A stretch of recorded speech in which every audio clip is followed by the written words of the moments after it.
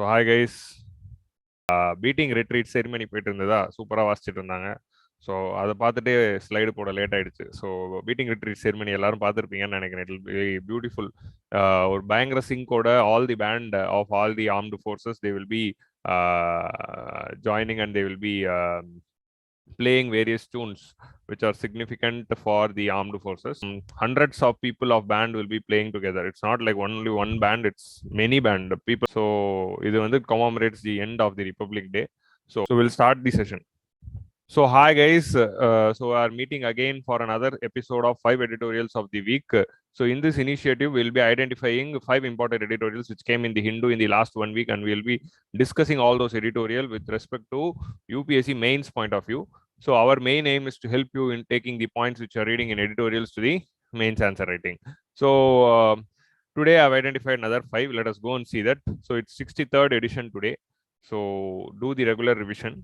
So these are all the 5 editorials which are going to discuss today. The first one is about the electoral bonds and the opacity crisis with respect to electoral bonds. So already we have discussed electoral bonds in 26th edition, if I'm right. So it was very long back. So I'm just recapping and discussing the electoral bond again in detail. So next is about the TN model of public health and NEET. So Tamil Nadu model, what was the special about Tamil Nadu models of postgraduate administration, and how NEET exam has created problem with respect to the public health issue of Tamil Nadu. So it has not only created the issue with respect to administration, so we'll discuss about that. Next is about the food processing industry and the latestly introduced the PLI scheme, and next one is about the informalization of Indian economy and how informal Indian economy is with respect to data we are going to discuss. And last one is about the budget. So pre-budget discussion. So budget is going to be on next Tuesday. So before budget, what is the status of Indian economy? So that is what we are going to discuss in the last editorial. The first editorial is about the electoral bond scheme, and it is written by Mr. Shurit Patsardi, who is a lawyer of Madras High Court. So he is discussing the legal issues behind the electoral bond scheme. So what is electoral bond? Electoral bond scheme is a way for donating the, it is a way to donate the political parties. So an electoral bond is released by SBI, State Bank of India, and they have identified a selective State Bank of India branch where you can buy the electoral bonds during the various part of the year. They will also announce the date. A person who wants to donate money to a particular political party, that person can go to the SBI and buy the electoral bond. Let us say the example, he is going to donate 1 lakh rupees. So 1 lakh rupees worth electoral bond. So SBI he will be paying 1 lakh rupees from his bank account. Bank account pay pannuvaru. So either in the check or cash using bank account. So it is coming under the legal scrutiny. So and the SBI will release this electoral bond. In the electoral bond kondu poitu yaar kitta kuduparu? Political party kitta kuduparu. This person. Now political party enna பண்ணுவாங்க? They will come back to a bank again and they will redeem it. So political party வந்து என்ன பண்ணுவாங்க? They will again come back and give the electoral bond to the SBI, and the SBI will put the money in the bank account of political party. நம்ம சின்ன வயசுலலாம் வந்து like private schools-லலாம் school challan system இருக்கும். You can go and pay your school fees in the bank. So similar kind of thing தான். நீங்க பேங்க்ல fees கட்டிட்டு challan வாங்கிட்டு வந்து you will show that to the school administration. School administration ஓட bank accountல automatically the money will be coming. So அதே மாதிரி தான். This particular person will take and give the electoral bond to the political party. Political party will go and show the electoral bond to the SBI, and they will take the money from the particular SBI. So இதுதான் வந்து process of electoral bond. இதுல என்ன ஒரு விஷயம்னா, so this person is knowing to which political party is going to donate, and this political party knows who came and donated.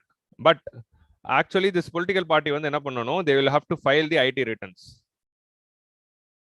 and they should also file the affidavit to the returns வந்து they have to file, which you have to understand. IT returns to the income tax department with respect to various donation which they got. யார்ட்ட எவ்வளவு donation வந்ததோ அந்த donationsலாம் காட்டணும். So they have to show all the donations which is above 2000. இது ரெண்டுமே affidavit to election commission கிட்டயும் file பண்ணனும், IT income tax department கிட்டயும் ஃபைல் பண்ணனும். என்னன்னா list of all donation which came which is above 2000. அதே மாதிரி electoral bond donations அதை பத்தியும் சொல்லணும். 2000க்கு மேல வந்த donationல they have to mention the names. So which means that 2000 கீழ இருந்தா எவ்வளவு அமௌண்ட் 2000 கீழ வந்ததோ அதோட பல்க் அமௌண்ட் சொன்னா போதும். 2000க்கு மேல டினாமினேஷன்ல டொனேட் பண்ணவங்களோட நேமோட சொல்லணும். லைக் ஆதில் டொனேட்டட் 1 lakh, அந்த மாதிரி வந்து they have to give the name and the person. ஆனா அதுவே if it is electoral bond, they no need to mention any name. They can just say total amount reduced through electoral bond is 100 crore. 100 crore came from electoral bond அப்படின்னு சொல்லிடலாம். No need to mention the name of the person and no need to mention the identity of the person. So இதுதான் வந்து present-ஆ இருக்கிற situation. So earlier, before the electoral bond came, what was the procedure was, there was no electoral bond and all the people were donating to the political parties. So political parties had to mention the details of those persons who are donating about 20,000. 20,000 மேல donate பண்ற எல்லாரோடைய details வந்து political party with along with their name and along with their address, they have to file it to income tax returns and also for the election commission of India. So 20,000 மேல யார் எவ்வளவு donate பண்ணியிருந்தாலும் political party, their name will be sent to IT income tax department and also to the election commission of India, which election commission of India will display in their website. So இப்படிதா வந்து the system was going and people will know, like if any individual or any company யார் வேணாலும் இந்த electoral bond வாங்கி they can use the donation. Any company also can donate, அதே மாதிரி any individual also donate. So any corporate house also can donate. So whoever has donated about 20,000, அவங்களுடைய names வந்து you can see in the election commission's website. So with that it is very clear which company donated to which party. Company X donated to one party, company Y donated to another party. Citizens will know that. Okay, so when company X வந்து இப்போ வந்து என்ன பண்றாங்க, company X is donating to party A, company Y is donating to party B. So party A is coming to the power.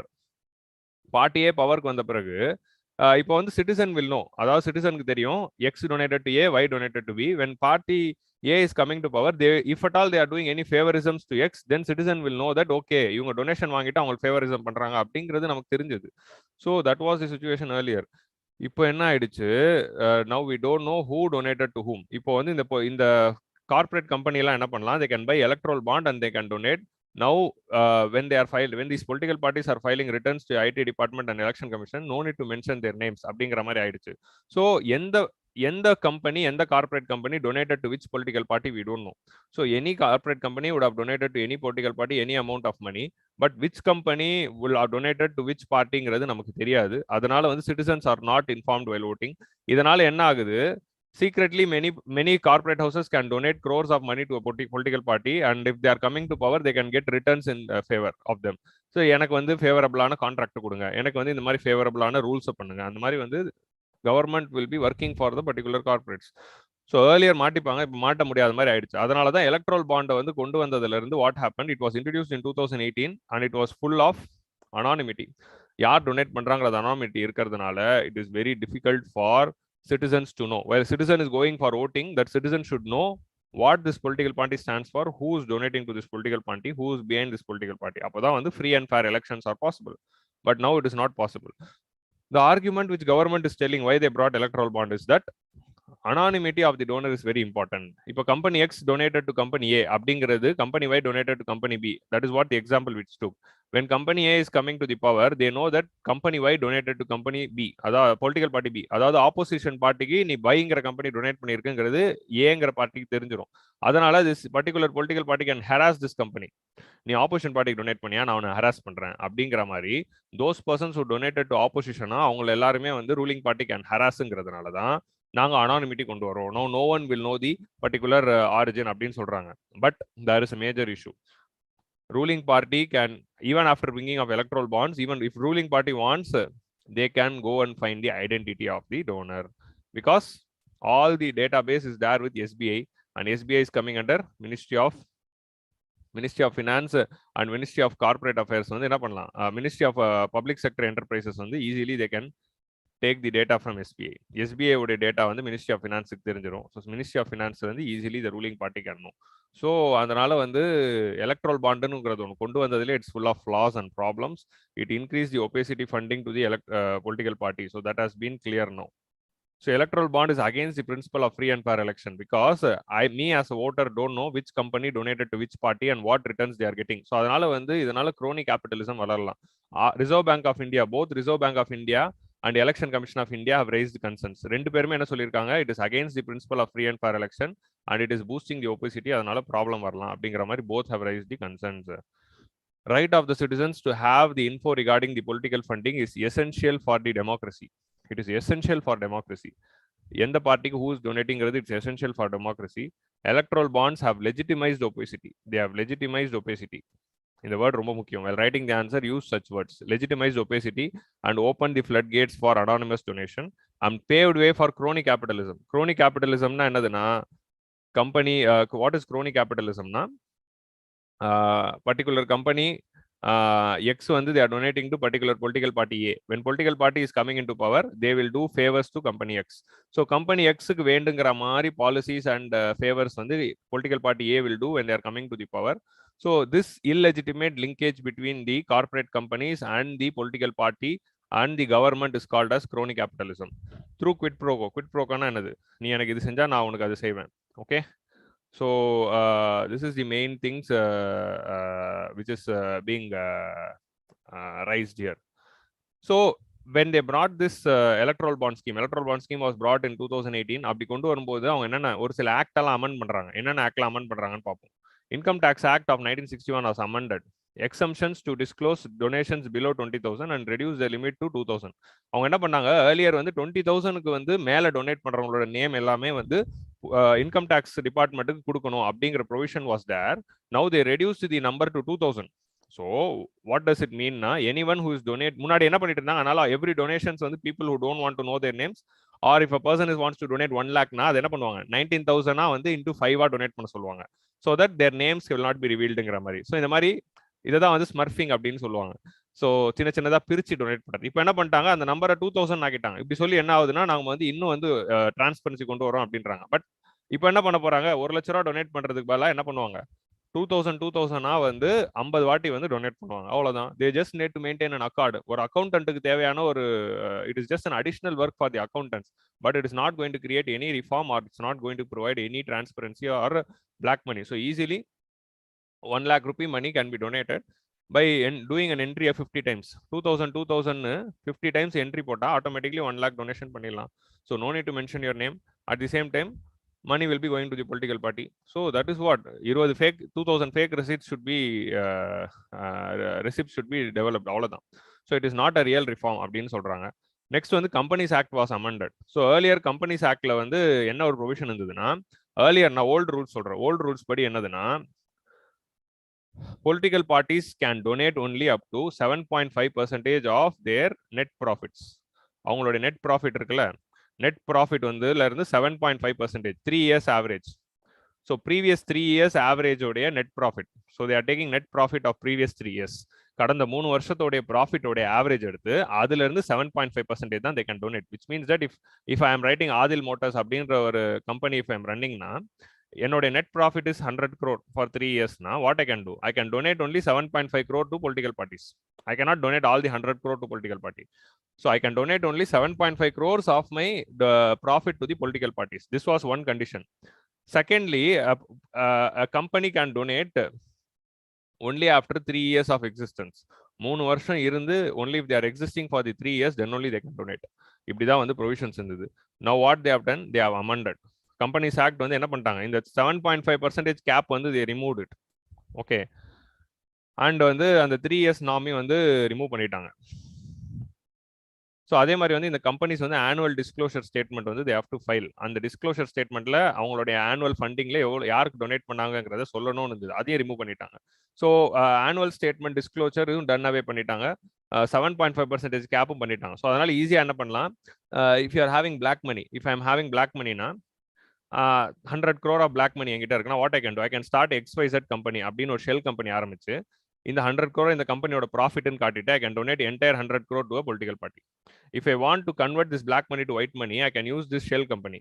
நான் என்ன பண்ணலாம், XYZ shell company அப்படின்னு ஒரு XYZ கம்பெனி அப்படின்னு ஒரு fake company. Shell company means just for name sake ஒரு company ஆரம்பிக்கிறது. That won't be operating anything, ஜஸ்ட் ஒரு ஆஃபீஸ் மட்டும் கொண்டு வச்சுவாங்க. So I can take this 100 crore worth black money, அந்த 100 crore பிளாக் மணி இந்த XYZ கம்பெனியோட ப்ராஃபிட் அப்படிங்கிற மாதிரி I will show my accounts and I will donate the entire money to political party. So அதனால என்ன ஆகுது, முன்னாடி என்ன இருந்ததுன்னா 7.5 தான் டொனேட் பண்ண முடியும். நான் I can donate all this. So அதனால வந்து easily I can start a shell company and I can do. So easily it is paving way for money laundering. It is not only paving way for anonymous funding and crony capitalism, it is also paving way for money laundering through shell companies. So that is one major threat here. And asymmetric opacity. Party in power is having asymmetric opacity. அப்படின்னா என்னதுன்னா, ruling party can easily access the donor data from State Bank of India because only it is going to issue the electoral bonds. So opposition party will not know who donated to ruling party. ஆனா ruling party will know can easily trace the entire details. So அது anonymous ன்னு சொல்றது, it is bluffing. They are just bluffing the citizens by telling anonymous. Hence, it defeats the purposes of the electoral bonds. So அதே மாதிரி அடுத்த major problem. So இவ்வளோ issues இருக்குதுல்ல, all these were issues. And supreme Court in one of the previous judgment has set that free and fair election is basic structure of constitution. Free and fair election is basic structure of constitution அப்படின்னு சொல்லியிருக்காங்க. If anything which is against the free and fair election நார்ம்ஸ்னா it can be struck off by the Supreme Court. So அந்த மாதிரி இதனால lot of people filed PIL against the electoral bonds. 2018 வந்து PAL file பண்ணாங்க. 2018 வந்து electoral பாண்ட்ஸ்க்கு அகேன்ஸ்டாக they filed PIL. So it's been 2022. So almost வந்து ஏன்னா 2018 பட்ஜெட்ல தான் electoral bond was came. Now it's been 4 years. 4 years, Supreme Court has not made a decision with respect to electoral bonds. So why Supreme Court has not made a decision with respect to electoral bonds for the past 4 years? அவங்க வந்து அதை stay கூட பண்ணல. See, if they want to investigate in detail னா என்ன பண்ணுவாங்கன்னா, if it is controversial னா they will stay it. Judgment வர வரைக்கும் don't implement, stay அப்படின்னு சொல்லிடுவாங்க. They neither stayed it nor they are listing it in for the discussion. Discussionக்கு list பண்ண மாட்டாங்க. எலக்ட்ரல் பாண்ட் கேஸ் இது வந்து கான்ஸ்டிடியூஷனா இல்லையாங்கிற அந்த கேஸ் வந்து it is pending. They are not at all listing in the business. So Supreme Court வந்து they are neither listing it in the business nor they are putting any stay. And it has been going on for the past 4 years. All the political parties are taking donations. So why Supreme Court is doing this? This is a very big question mark. So if Supreme Court is concerned about the free and fair election, they should list this case as soon as possible and they should adjudicate, give a final decision. Legala, illegala, இல்லையா அது சொல்லுங்க. இவ்வளோ problem இருக்கு, you just give the decision, don't delay. So if it is delaying na, then that might raise certain suspicions. Okay. So அதே மாதிரி supreme court என்ன சொல்றாங்க, உங்களுக்கு வந்து இப்போ கூட ஒன்றும் பிரச்சனை இல்லைங்க, நீங்க வந்து கம்பெனியோடைய பேலன்ஸ் ஷீட் வந்து அவங்களுடைய வெப்சைட்ல இருந்து டவுன்லோட் பண்ணிக்கலாம். அதே மாதிரி வந்து எலெக்ஷன் கமிஷன் வெப்சைட்ல இருந்து you can say how much which political party got the donation from which person அப்படிங்கிறது டவுன்லோட் பண்ணிட்டு கம்பேர் பண்ணிங்க. மேட்ச் தி ஃபாலோயிங் பண்ணி பார்த்தா யூ கேன் நோ அப்படிங்கிற மாதிரி சொல்றாங்க. மேட்ச் தி ஃபாலோயிங்லையும் பண்ண முடியாது. பட் சுப்ரீம் கோர்ட் வந்து இந்த மாதிரி ஒரு ஆர்குமெண்ட் கொடுத்து தான் இதை வந்து டிலே பண்ணிட்டு இருக்காங்க. மேட்ச் தி ஃபாலோயிங் ஆர்குமெண்ட்னா ஒன்றும் இல்லை. இப்போ நான் வந்து எந்த பார்ட்டி யாருக்கு டொனேட் பண்றாங்கன்னு தெரியணும்னா what I have to do, I have to go and download the annual report of the particular company. அதே மாதிரி I have to download the election commission வெப்சைட்ல இருக்க அஃபிடவிட்டை டவுன்லோட் பண்ணி ஐ ஹேவ் டு கம்பேர் எந்த party got highest donation from electoral bonds. அதே மாதிரி எந்த கம்பெனி டொனேட்டட், நான் ஒரு கம்பெனியா போய் டவுன்லோட் பண்ணி படிக்கணும். அதே மாதிரி ஒரு எலெக்ஷன் கமிஷன் அஃபிடவிட்லையும் போய் பண்ணணும். ஏர்லியர் என்ன இருந்தது, எலெக்ஷன் கமிஷன் அஃபிடவிட்லேயே names were given. Now I have to compare. So எத்தனை கம்பெனியோட அஃபிடவிட்டை நான் டவுன்லோட் பண்ணுவேன், annual report I download. So இது வந்து ஒரு this is practically impossible argument which is being given அப்படிங்கிற மாதிரி வந்து they are telling. So damage and delaying of this case is just against the integrity of the election. இது delay பண்றதுனால entire integrity of the election process itself is at the very big state. இன்னொரு முக்கியமான problem என்னதுன்னா, this was brought under money bill route. Money bill ரூட்னா என்னதுன்னா, they amended representation of people act which says that political parties should file the returns. அதே மாதிரி they amended the companies act which says that companies act they have to file the returns. Again they amended FCRA act. FCRA actல என்ன பண்றாங்க, ஃபாரின்ல இருந்து கூட people can donate in the electoral bond schemeன்றாங்க. So even foreign donations are allowedன்றாங்க, which wasn't allowed. So they amended IT Act, Income Tax Act. இத்தனை act they amend பண்ணி they brought this electoral bond, but they brought it is the money rule route. If they are bringing in money rule na, Rajya Sabha never discussed it. Just Lok Sabha வந்து so will be passing it. So ruling party just like that passed it without any discussion in Rajya Sabha. But it is having a lot of substantial money bill na வந்து only it should deal with the finances. But it is not dealing with the government finances. Instead it is dealing with the finances of the political party. So government finances related இருந்தா தான் you can bring money bill. Why are you bringing money bill for a bill which is dealing with the finances of political parties? So அங்கே அது money bill route கிடையாது. But speaker if it is telling his money it is money bill na, then it is money bill.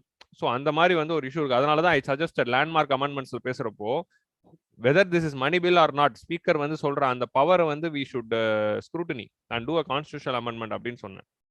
And another important thing is one particular political party got 60% of the donation in the last 3 years. 60% of the all donation is going to one particular political party through electoral bonds. Aதாவது India is having 7 national parties and thousands of state parties. ஆனா one particular party is getting the 60% of the donation. All the other party are getting rest of the 40%. So இது உங்களுக்கு தெரியுதா, அந்த one political partyக்கு அவ்வளோ பெரிய advantage இந்த electoral bondsனால இருக்கு, and they are getting so much donation through this. So I don't want to name the particular political party. I know everyone will know who that political party is. So this is the problem here. So இப்படிப்பட்ட ஒரு illegitimate, unconstitutional, opaque instrument is being existing which is against the principle of free and fair election. So everything is criticism. There is no point to support electoral bonds. So again, Supreme Court in one of the previous judgment, Calcutta High Court has given this thing. And the next editorial is about the Dravidian model of public health. But now index la eludhirappo, I used the word called TN model of public health. Even though the article is telling Dravidian model, I didn't use the word Dravidian model, but instead I'm using the word TN model. நம்மளுடைய first பேஜ்ல பாத்தீங்கன்னா TN model of public health தான் நான் போட்டிருக்கேன். ஏன் TN மாடல்னு போடுறேன்னா, answer ரைட்டிங்ல வந்து இந்த டிராவிடியன் மாடல் அப்படிங்கிறது வந்து it has some political connotations to it. So அப்படி இருக்கிறதுனால ஹிந்துத்வா அப்படின்னு சொல்ற மாதிரி, ஹிந்துத்வா, டிராவிடியன், இந்த மாதிரி வேர்ட்ஸ் எல்லாமே வந்து it is having political connotation. So avoid such words in Dravidian architecture எழுதலாம், ஆர்ட் அண்ட் கல்ச்சர்ல, அந்த டிராவிடியன் வேற. பட் இந்த டிராவிடியன் வந்து it is having political connotation அப்படிங்கிறதுனால what I'm telling is Dravidian movement அப்படிங்கிற வேர்டு எழுதலாம், ஆர் டிராவிடியன் ஆர்கிடெக்சர் அந்த மாதிரி வேர்ட்ஸ்ல டிராவிடியன் லாங்குவேஜ் அதெல்லாம் எழுதலாம். பட் இந்த மாதிரி டிராவிடியன் மாடல் ஆஃப் பப்ளிக் ஹெல்த்ங்கிற மாதிரி எழுதுறதோட டிஎன் மாடல் எழுதிட்டா it is more safe rather than writing this when you're writing about the political parties model. So TN model எழுதுறது it is better அப்படிங்கிறது ஆன்சர் ரைட்டிங்ல பாயிண்ட் ஆஃப் வியூல it is better என்ற. ஏன்னா you know who is going to be correcting the answers. அதனால வந்து answer correction பண்றவங்களுக்கு வந்து கொஞ்சம் டிஎன் மாடல்லாம் கொஞ்சம் நல்லா இருக்கும். So that is what I'm telling. So Tamil Nadu government has having one of the unique reservation system in India with respect to PG medical administration. The PG medical admission, Tamil Nadu is having a unique model which is not found in any of the other states. Because of that model only, Tamil Nadu health system has become a role model health system to entire India. So already now in the 22nd edition of 5 editorials, I have discussed about 22nd edition la vandu healthcare kaga Tamil Nadu la what they did. TN model for healthcare அப்படிங்கிறது 22nd edition I have discussed in detail. Go and see it. Adila we have discussed about healthcare of Tamil Nadu. What are all the schemes are launched by Tamil Nadu government in order to take healthcare to the public அப்படிங்கிற மாதிரி we discussed. Here we are going to discuss about TN model of reservation. So how TN government is providing reservations in the PG medical administration and how NEET exams has come into contravention to it. So அதை பத்தி தான் பார்க்க போறோம். So NEET exam உடைய one main dimension, அதுக்கு criticism. See, NEET is having positive arguments also. NEET is having criticisms also. So one main criticism with respect to NEET வந்து என்னதுன்னா, generally வந்து we will be discussing that rural area, people from rural area, people from disadvantaged communities are not in a situation to afford a coaching classes and join into sophisticated coaching centers.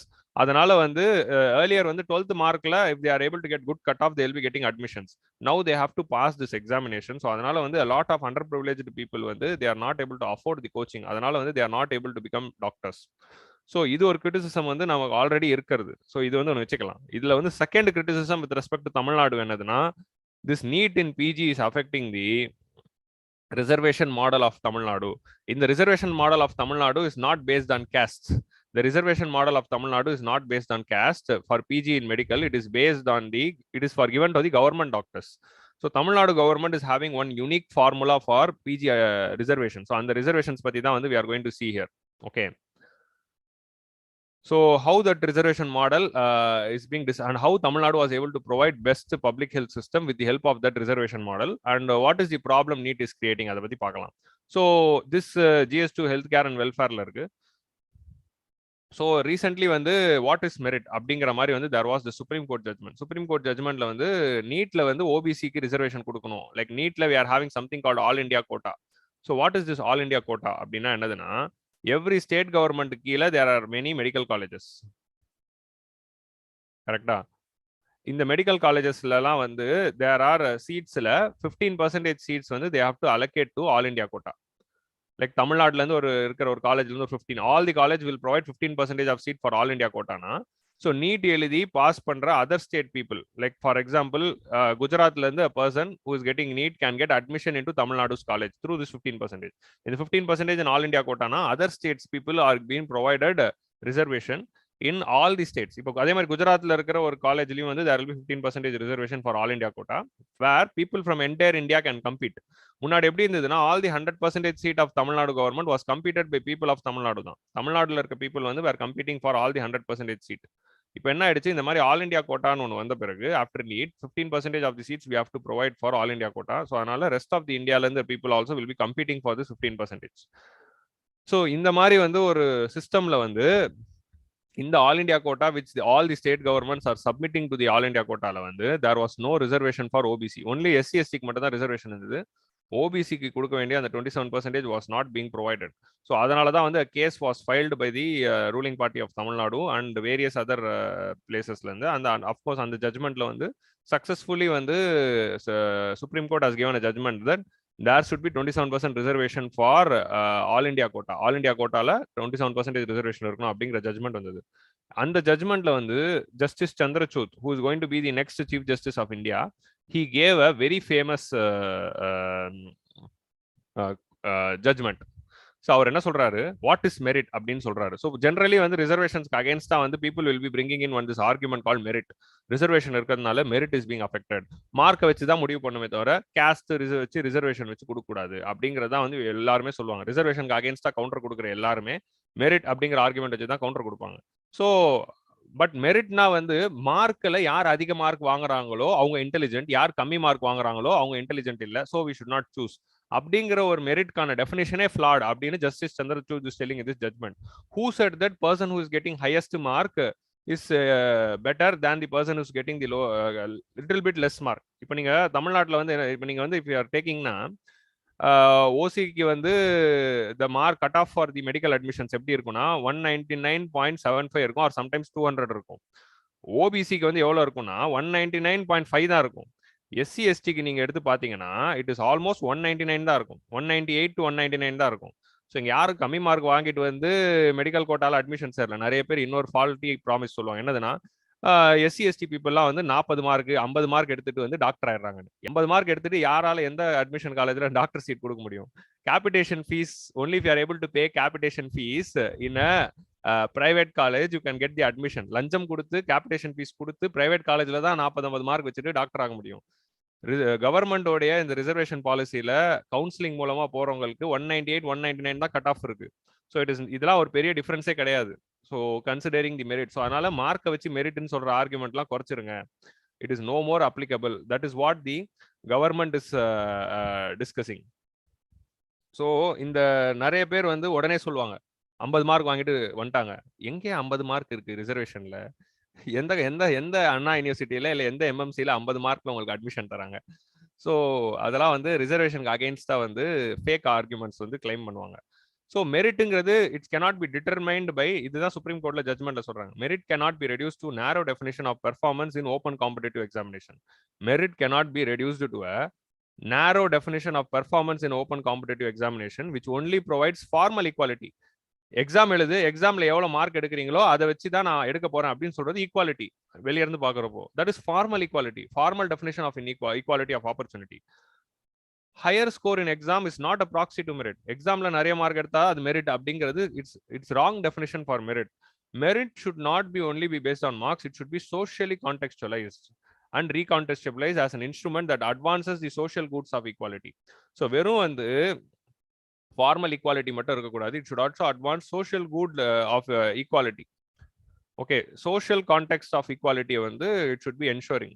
In such a concept reservation is not at odd with merit. அதனால வந்து ரிசர்வேஷன்ல ஒரு particular cost பீப்புளுக்கு கம்மி மார்க்ல வந்து admission கொடுக்கறது it's not against merit, because reservations R provided in order to provide equality தான். reservations are providing equality through equity principle. So அப்படி இருக்கிறப்போ through because of socially contextualized reasons, reservation is providing the equity principle through which is a socially contextualized form of merit. So socially differently hierarchy la suffer பண்ண people, the people who are backward with respect to social capital and cultural capital and educational capital for thousands of years, providing for many generations, providing reservation is a tool towards equality. It is not tool towards inequality. And merit definition kulla social concept kondu varano அப்படிங்கிறது தான் justice Chandrachud has said in the judgment. So it is a phenomenal judgment which has come in the recent times from Supreme Court, and Justice Chandrachud is going to be the future Chief Justice of India. So this we have to understand merit with respect to social contextualization. That is very important. Merit should be democratizing force that equalizes the inherited disadvantages and privileges. So there are people who inherited disadvantages because of the India's caste hierarchical structure, which was existing for thousands of years. அதனால வந்து they inherited a lot of disadvantages because for 2000 years education was denied, dignity, human dignity was denied. For 2000 years வந்து labor mobility was denied and basic humanity was denied. So அப்படி இருக்கிறப்போ since education and labor mobility was denied, they never advanced. அதே மாதிரி one group of community they inherited privileges. ப்ரிவிலேஜஸ்னா வந்து economic சென்ஸே நம்ம பேசல. Reservation is not provided in the with இப்போ நம்ம இவ்வளோ நேரமா வந்து எக்கனாமிக் சென்ஸ்லேயே பேசல, சோஷியல் கான்டெக்ட்ல தான் we are just talking. So one group of community got all the education for the past thousands of years. They got all the privileges, they got all the preferences. So இந்த மாதிரி வந்து all the privileges were given to particular community and one particular community was denied everything. So அப்படி இருக்கும்போது merit should be democratizing force that equalizes the inherited disadvantages. இந்த மாதிரி inherited disadvantages and privileges. So one group of community இங்க இருக்காங்க because of the thousands of years of privilege. இன்னொரு community வந்து இங்க இருக்காங்க because of thousands of years of என்னது discrimination. So equity principle என்னதுன்னா treating like people alike and treating different people differently is the principle of equity, which article 14 of the constitution says. Okay, equal protections of law. So அப்படி இருக்கிறப்போ மெரிட்டை வந்து எப்படி பார்க்கணும்னா இந்த gap இருக்குல்ல, இந்த கேப்பை வந்து ஈக்குவலைஸ் பண்றது தான் மெரிட்டே தவிர it is not allowing every one to stand in a line and treating equally. எல்லாருமே வந்து எக்ஸாம் எழுதுங்கப்பா மார்க் வச்சு நான் கொடுக்குறேங்கிறது மெரிட் கிடையாது. இந்த இன்ஹெரிட்டட் டிஸ்அட்வான்டேஜஸ் சரி பண்றது தான் மெரிட் அப்படிங்கிறது தான் ஜஸ்டிஸ் சந்திரசூட் சொல்றாரு. Every word I'm just taking from the judgment given by justice Chandrachud தான். So what are all the privileges which this particular dominant community is getting in the past thousands of years? Na economically நம்ம பேசல, because of the education and because of the advantageous treatment which they got, they are built a very big social and cultural capital. ஒரு சைடுல வந்து socially culturally advanced community இருக்காங்க and incidentally they are economically advanced also. இன்னொரு சைடுல வந்து first graduate வராரு. தமிழ்நாட்டில் வந்து ஃபர்ஸ்ட் கிராஜுவேட்டுக்கு முன்னுரிமை தருவாங்க. ஸோ ஃபர்ஸ்ட் கிராஜுவேட்னா அவங்களுடைய ஜெனரேஷன்லேயே this person is only going to get educated for the first time. இன்னொரு சைடில் வந்து கொள்ளு தாத்தா தாத்தா பாட்டி அப்பா அம்மா, கொள்ளு தாத்தா கொள்ளு பாட்டி தாத்தா பாட்டி அப்பா அம்மா எல்லாரும் எஜுகேட்டடாக இருப்பாங்க, இவங்களும் எஜுகேட்டடாக இருப்பாங்க. ஸோ அவங்க மிடில் கிளாஸாக இருந்தாலும் எஜுகேட்டடாக இருப்பாங்க. So they are having the social and cultural capital. Cultural கேபிட்டல்னா cultural intelligences, cultural networking, social networking, இது எல்லாமே இருக்கும். இந்த சைட்ல வந்து அண்டர் ப்ரிவிலேஜ் கம்யூனிட்டியில இருந்து for the first time a person would have been graduating, that person would have been first graduate. இவங்க ரெண்டு பேருக்குமே ஒரே எக்ஸாம் வச்சு ஈக்குவலா ட்ரீட் பண்றது இட்ஸ் நாட் மெரிட். இவங்க ரெண்டு பேரையுமே நம்ம ஈக்விட்டி பிரின்சிபல்ல ட்ரீட் பண்றது தான் மெரிட் அப்படிங்கிறது தான் ஜஸ்டிஸ் சந்திரசூடோட argument.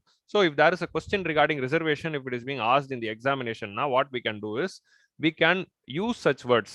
Equalizes, merit should be a democratizing force which equalizes the inherited disadvantages and privileges. இந்த word யூஸ் பண்ணோம். அதே மாதிரி social and cultural capital versus first graduate, இந்த argument வந்து we can provide.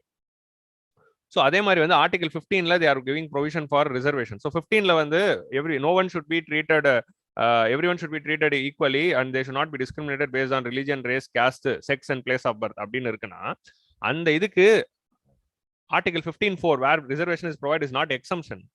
Okay. So religion, race, caste இருக்கு. So caste based இப்போ நம்ம வேற ட்ரீட்மெண்ட் கொடுக்கிறது for the reservation is not exemption to Article 15. It is substantial equality. Reservation கொடுக்கறதே equality தான். Reservation கொடுக்கறது எக்ஸம்ஷன் டு ஆர்டிகல் 15 கிடையாது. ரிசர்வேஷன் கொடுக்கறது ஈக்குவாலிட்டி அப்படின்னு சப்ஸ்டான்ஷியல் ஈக்குவாலிட்டி கான்செப்டை வந்து ஜஸ்டிஸ் சொல்றாரு, ஜஸ்டிஸ் சந்திரசூட் சொல்றாரு. So article 15(4) is not an exemption to Article 15(1) which says that there should not be discrimination. But Article 15(4) and providing reservation itself is a concept of substantial equality. Equality கொடுக்கறதுக்கான ஒரு கான்செப்டே அதுதான். It is not exemption அப்படின்றாரு. Now let us come to Tamil Nadu model. இந்த பேசிஸ்ல தான் வந்து என்ன சொல்றாங்க, இதே ஜட்மெண்ட்ல supreme court said that Tamil Nadu model of reservation should be brought back again அப்படிங்கிற மாதிரி ஒரு ஜட்மெண்ட் கொடுத்துருக்காங்க. Let us discuss about that. தமிழ்நாடுல வந்து we are having a peculiar model. இப்போ வந்து பிஜி அட்மிஷன்ஸ் வந்து மெடிக்கல் சீட்ஸ்ல வந்து எப்படி இருக்குன்னா தமிழ்நாடுல 50% reservation is given to government doctors. மிச்சம் இருக்க 50% தான் வந்து people who studied MBBS UG முடிச்சுட்டு இமீடியட்டா வந்து பிஜிக்கு வரவங்களுக்கு ரெஸ்ட் ஆஃப் தி 50% சீட் தான். இந்த other 50% seat is reserved for doctors. Reserved for டாக்டர்ஸ்னா யாருன்னா, டு ஹூம் இட் இஸ் ரிசர்வ்ட்னா doctors who finished MBBS and they would have served in a primary health centre of a rural area. Rural ஏரியாவில் இருக்கிற primary health சென்டர்ல 3 வருஷம் வந்து service பண்ணியிருக்கணும். Doctor after becoming MBBS they should have gone to rural areas primary health centre and worked there for 3 years. அப்படி 3 வருஷம் work பண்ணவங்களுக்கு வந்து என்ன பண்றாங்க, 50% ரிசர்வேஷன் தராங்க. After working there for 3 years they can use this reservation and get the PG seat. இதுதான் தமிழ்நாடுல கொடுக்குற reservation which is not there anywhere else in India. So இந்த பிஜி சீட்ல வாங்கின உடனே வாட் இஸ் ஹேப்பனிங்னா they can join PG. PG is given in 3 ways. ஒன்னு வந்து எதுக்கு தராங்கன்னா 2 ways. ஒன்னு வந்து எதுக்கு தராங்கன்னா வந்து சூப்பர் ஸ்பெஷாலிட்டி. நார்மலா வந்து பிஜி கோர்ஸ் ஆஃப் எம்டி படிப்பாங்கல்ல, எம்டி படிக்கிற நார்மல் கோர்ஸ் வந்து ஒன்று இருக்கு. இன்னொன்று என்னதுன்னா சூப்பர் ஸ்பெஷாலிட்டி. அதாவது என்னது, நெஃப்ராலஜி, யூராலஜி, கார்டியாலஜி, பீடியாட்ரிஷியன், இந்த மாதிரி வந்து ஸ்பெஷலைசேஷன் பண்றதுக்கு பிஜி இருக்கு. இல்லைன்னா ஜென்ரலா வந்து எம்டி படிக்கிறதுக்கும் பிஜி இருக்கு. ஸோ இந்த மாதிரி பிஜி கோர்சஸ்ல 50% reservation is given to the government doctors who have served in rural area for 3 years. இதுதான் Tamil Nadu model of reservation. So இப்படி இருந்தாங்க. ஸோ இப்படி இருக்கிறப்போ வாட் இஸ் ஹேப்பனிங்னா 2 main things are coming out of it. One main thing வந்து என்னதுன்னா increase in availability of doctors in rural area. இதனால என்ன ஆயிடுதுன்னா இந்த ரிசர்வேஷன் அவைல் பண்ணணுங்கிறதுக்காகவே doctors are going to rural India and there working. One of the biggest challenge with respect to health sector in India என்னதுன்னா doctors are reluctant to work in rural area, doctors are reluctant to work in primary health centre. Primary health ஆரம்ப சுகாதார மையத்தில் டாக்டர்ஸே work பண்ண மாட்டாங்க. So அங்க வந்து in order to provide the doctor support what we are டூயிங்னா இந்த model இருக்கிறதுனாலேயே இந்த ரிசர்வேஷன் 50% பிஜில உங்களுக்கு கிடைக்குது. அது எப்படியாவது வாங்கணுங்கிறதுக்காகவே people are going to rural area and working. So this has induced people to go and work in primary health centers and they are coming back again. So this is what is the beauty. So அதனால என்ன ஆயிடுச்சு, தமிழ்நாடுல rural ஏரியால டாக்டருக்கு பஞ்சமே இல்லை. So doctors started working in the primary health centers and tier 2 city. பஞ்சமே இல்லைன்னா இல்லவே இல்லைன்னு சொல்ல இருக்கு, but it is very less compared to rest of the India. தமிழ்நாட்டில் டாக்டர்ஸ்க்கு பஞ்சம் ரூரல் ஏரியால இருக்கு, but the scarcity of doctors in Tamil Nadu's rural area is lowest in entire India. So that is the beauty here. மற்ற நாடை compare பண்ணும்போது, மற்ற ஸ்டேட்டை கம்பேர் பண்ணும்போது Tamil Nadu is having the lowest scarcity. So because of this particular model. Another important thing is there is something called superannuation bond. இப்படி ரிசர்வேஷன்ல வாங்கி if you are studying PG na after finishing PG till your retirement you have to work in government. It's not that after finishing PG நீங்க பிரைவேட்டா போயிட்டு private ஹாஸ்பிட்டல்லையோ இல்லை ஃபாரின்ல போய் work பண்ணக்கூடாது.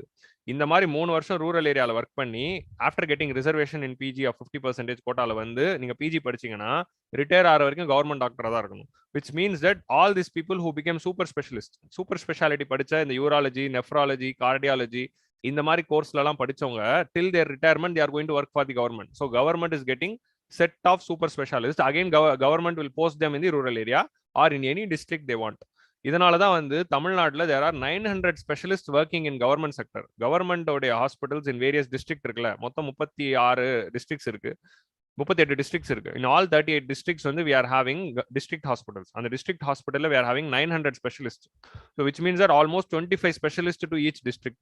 இந்த specialist ஒரு districtலயும் 25 specialists இருக்காங்க கவர்மெண்ட் ஹாஸ்பிட்டல்லையே. பிரைவேட்ல இருப்பாங்க, பட் கவர்மெண்ட்ல we are having a cardiologist, nephrologist, anesthesiologist, urologist எல்லாருமே எல்லா டிஸ்ட்ரிக்ட்லயும் இருக்காங்க. இந்தியாவிலே highest amount of super specialist working in the government செக்டர்னா it is highest in Tamil Nadu. Government ஹாஸ்பிட்டல்ஸ்ல சூப்பர் ஸ்பெஷாலிஸ்ட் இருக்கிற ப்ரொபோர்ஷன் வந்து இந்தியாவில எதுல அதிகம்னா தமிழ்நாட்டில் தான் அதிகம். Because of this particular model. ஏன்னா till retirement they have to work. So இதனால என்ன ஆயிடுது, ரூரல் ஏரியா டாக்டரும் கிடைச்சிருது, சூப்பர் ஸ்பெஷாலிஸ்டும் கவர்மெண்டோட டிஸ்ட்ரிக்ட் ஹாஸ்பிட்டல்ல கிடைச்சிருது. ஸோ இப்போ நீங்க வேற ஒரு சில ஸ்டேட்ஸ் போனீங்கன்னா எல்லா டிஸ்ட்ரிக்ட்லயும் எல்லா ஸ்பெஷலிஸ்டும் இல்லை. So this is one important problem in government hospitals. So then came NEET. இப்படி ஒரு சிஸ்டம்ல நம்ம வந்து பப்ளிக் ஹெல்த் வெல்ஃபேர் கொடுத்துக்கிட்டு இருக்கும்போது தான் அப்புறம் வந்து சேர்ந்தார் விநாயகம்ங்கிற மாதிரி நீட் வருது. நீட்ல வந்து என்ன சொல்லிட்டாங்க, நீட் எக்ஸாம்ல தான் இனிமேல் வந்து பிஜிக்கு சீட்ஸ் போட போறோம். பிஜிக்கு நீட் இருக்கு, நீட் எக்ஸாம்ல தான் வந்து போட போறோம். ஆல் இண்டியா கோட்டா இருக்கு, ஆல் இண்டியா கோட்டால 15% ஆஃப் எம்பிபிஎஸ், 50% ஆஃப் பிஜி. எம்பிபிஎஸ்ல தான் 15% ஆல் இண்டியா கோட்டால போகணும். பிஜில வந்து எவ்வளவு கொடுக்கணும்னா 50% ஆஃப் தி சீட். இப்போ நம்ம ஆல்ரெடி என்ன பண்ணியிருக்கோம், பிஜில 50% வந்து டாக்டர்ஸ்க்கும் 50% வந்து ஓப்பன் காம்படிஷனுக்கும் ரிசர்வேஷன் வச்சிருக்கோம். ஓப்பன் காம்படிஷனுக்கும் 50% டாக்டர்ஸ்க்கு இருக்கு. இப்போ என்ன ஆயிடுச்சு, இந்த 50% சீட்ஸ் வந்து அப்படியே ஃபுல்லா வந்து நீட்டுக்கு போயிடுச்சு. ஸோ மிச்சம் இருக்கிற சீட்ஸ்ல தான் வந்து we have to provide the open competition within Tamil Nadu. So அதனால டாக்டர்ஸ்க்கு கொடுக்க வேண்டிய reservation amount has been coming down. Super ஸ்பெஷாலிட்டியில 100% is going to all India quota. So super ஸ்பெஷாலிட்டியில no more there is going to be reservation for government doctors. இப்போ Tamil Nadu government என்ன பண்றாங்க, இந்த ரெஸ்ட் ஆஃப் தி 50% தான் டாக்டர்ஸ்க்கு ரிசர்வேஷன் தராங்களே தவிர எம்டில தான் தராங்களே தவிர சூப்பர் ஸ்பெஷாலிட்டியில ரிசர்வேஷனே கொடுக்க முடியல. So they abolish the government doctor reservation under NEET. இப்போ நீட் வந்ததுனால every people who's working in rural area, all these rural doctors have to study for NEET and then come in. So இந்த மாதிரி வந்து ஒரு ஆனதுனால again the same problem is coming. So this NEET has not only created a false concept of merit, but also it has created another important issue called scarcity of doctors in rural area. அதே மாதிரி வந்து it has affected the availability of doctors in rural area. இந்த தமிழ்நாடு மாடலை India ஃபுல்லா replicate பண்ணாம நீட்னு ஒன்று வந்ததுனால it has going to further இப்போ இந்த மாதிரி என்ன ஆயிடுது, a person will be there, that person will be spending lakhs of money for NEET coaching, and then they will be writing the NEET exam, then they will be becoming doctor, then they will go to private sector and working in the city. So they are not going to work in the rural area. That is the problem. Government கிட்ட போயிட்டு இந்த மாதிரி rural ஏரியாக்கு என்ன பண்ணலாம் அப்படின்னு கேட்டாங்கன்னா, government வந்து இன்னொரு அட்வைஸ் தராங்க. என்னதுன்னா, ஆயுஷ் டாக்டர்ஸ்லாம் இருக்காங்களே, ஆயுர்வேதா, யூனானி, ஆயுர்வேதா, யோகா, யூனானி, சித்தா அண்ட் ஹோமியோபதி, இந்த டாக்டர்ஸ்க்குலாம் வந்து ஒரு பிரிட்ஜ் கோர்ஸ் நடத்தி அவங்கள வந்து ரூரல் ஏரியாவுக்கு போட்டு விட்டுலான்றாங்க. ரூரல் ஏரியாவில் இருக்கிற ஆரம்ப சுகாதார மையத்துல ஆயுஷ் டாக்டர்ஸை போட்டு வச்சிடலான்றாங்க. Ayush system is a good system தான், அது இருக்கணும் தான். லைக் ஒரு சில டிசீசஸ்க்கு தே ஆர் கிவிங் ட்ரீட்மெண்ட். ஆனா see this thing, சிட்டியில இருக்கிற பீப்புளுக்கு எம்பிபிஎஸ் படிச்ச டாக்டர்ஸ் தான், ரூரல் ஏரியால இருக்க ஆரம்ப சுகாதார மையத்துல Ayurveda doctor. So it is treating, this is only inequality. You are discriminating between rural people and urban people, and this is against the principle of Article 14. ஏன்னா ரூரல் பீப்புளுக்கு வந்து ஆயுர்வேதா படிச்ச டாக்டர், அர்பன் பீப்புளுக்கு you will be having MBBS doctor. So இது வந்து union கவர்மெண்டோட argument. என்னதுன்னா, ஆயுர்வேதா டாக்டர்ஸ்க்கு பிரிட்ஜ் கோர்ஸ் கொடுத்து ரூரல் ஏரியாவில் போட்டலாம் அப்படின்றாங்க. ஆயுர்வேதா டாக்டர்ஸ் வந்து எத்தனை பேர் again reluctancy will be there. See, இங்க வந்து ரூரல் ஏரியாவுக்கு போறதுக்கான ரிலக்டன்சியை போக்கணுங்கிறதுக்காக தான் இப்படி ஒரு ரிசர்வேஷனே தராங்க. நீ ரூரல் ஏரியாவுக்கு போனா நீங்க ரிசர்வேஷன் வாங்குறதுக்காக ரூரல் ஏரியாவுக்கு போவாங்க. அதுக்கு இது சொல்யூஷன் கிடையாது. அதுதான் வந்து ஆர்குமெண்ட் ஆஃப் தமிழ்நாடு. ஸோ இந்த கேஸுமே வந்து லைக் தமிழ்நாடு கவர்மெண்ட் வந்து they filed in supreme court, and supreme court said that 50% வந்து ஆஃப் தி சூப்பர் ஸ்பெஷாலிட்டி சீட்ஸுமே வந்து தான் எடுத்துக்கணும், 100% எடுத்துக்க வேணான்ட்டாங்க. சூப்பர் ஸ்பெஷாலிட்டியில் 50% ஆல் இண்டியா கோட்டா கொடுத்தா போதும், அதுல ரூரல் ஏரியா டாக்டருக்கு ரெஸ்ட் ஆஃப் தி 50%ல நீங்க ரிசர்வேஷன் கொடுத்துக்கலாம் அப்படிங்கிற மாதிரி சொல்றாங்க. பட் தமிழ்நாடு கவர்மெண்ட்க்கு இது ஒரு பெனிஃபிட் தான். But still Tamil Nadu government is asking to abolish NEET and going to the old system of this thing. The old system of this thing nala we are going to increase the public health availability in rural area. So this is what that article is. So right TN model. So பயங்கர டீடைல்டா நான் 2 article discuss பண்ணிட்டோம். So அடுத்த 3 ஆர்டிகலும் குயிக்கா முடிச்சிடலாம். Unlocking India's food processing potential. So food processing industry is GS 3ல வந்து ஒரு direct topic which is given in the syllabus. Food processing industry is a direct topic which is given in syllabus. It is very important topic. Every year at least one question is coming from food processing industry. Of course, yeah, 2021 la varla. Till 2020 there was at least one question in food processing industry. Starting from 2013 to 2020, every year there is one question from food processing industry. 2021 la illa, of course, yeah, but still this trend was there. The food processing industry is future of India. Why it is considered to be future of India? Because it is going to India is an agricultural nation. India is an agricultural nation இருக்கிறதுனால India is an agricultural nation. This is one point. ஏன்னா 49% of the population are dependent on agriculture. Second issue வந்து India has failed in the manufacturing sector. India has skipped the manufacturing sector and went to service sector. னால jobless growth and manufacturing sector failure is happening in India. So அதனால என்ன ஆகுது, agriculture benefit ஆகணும், manufacturing benefit ஆகணும்னா ரெண்டுமே ஒன்று சேர்ற இடம் தான் food processing industry. you are creating an industry which is going to use agricultural produce as a raw material. அதனால இந்த இண்டஸ்ட்ரி வளர்ந்துச்சுன்னா மேனுஃபேக்சரிங் வளர போகுது. parallelly agricultural goods க்கு டிமாண்ட் அதிகமாகுது. அதனால அக்ரிகல்ச்சர் வளரும், மேனுஃபேக்சரிங் வளரும். you will be growing both. So it will be creating the synergy of both. So இதனால farmers will be getting good. அக்ரிகல்ச்சர்ல ஃபார்மர்ஸ்க்கு வந்து டிமாண்ட் கிரியேட் ஆகுது, அக்ரிகல்ச்சரல் குட்ஸுக்கு டிமாண்ட் கிரியேட் ஆகுது. Farmers will be getting good income. ஏன்னா contract farming அதை enable பண்ணுறதுனால good income கிடைக்கும். At the same time manufacturing sector growth நடக்கும்.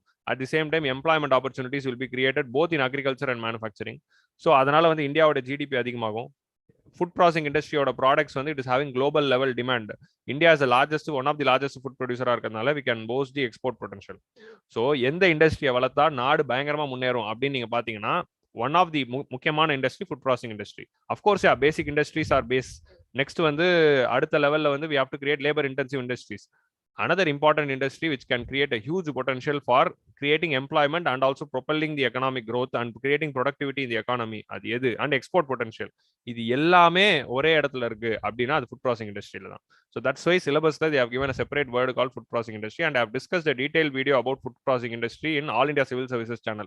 And the channel there is a 1 hour video where I would have discussed all the static area of food processing. Food processing industryல என்னென்னலாம் static படிக்கணுமோ எல்லாமே அந்த வீடியோல discuss பண்ணிருப்பேன். So go to All India Civil Services channel or நம்ம KingMakers channelலே பிளேலிஸ்ட்ல GS3 எக்கானமின்னு ஒரு playlist இருக்கும், அதுல அந்த video இருக்கும், போய் பாருங்க. ஸோ ரீசெண்டாக இந்த ஃபுட் ப்ராசஸிங் இண்டஸ்ட்ரியை இன்னும் ஸ்ட்ரென்தன் பண்ணுறதுக்காக கவர்மெண்ட் வந்து already they brought Sampada Yojana. So Sampada Yojana பற்றி போய் படிங்க. It is a very important scheme. It was launched to boost the food processing industry தான்.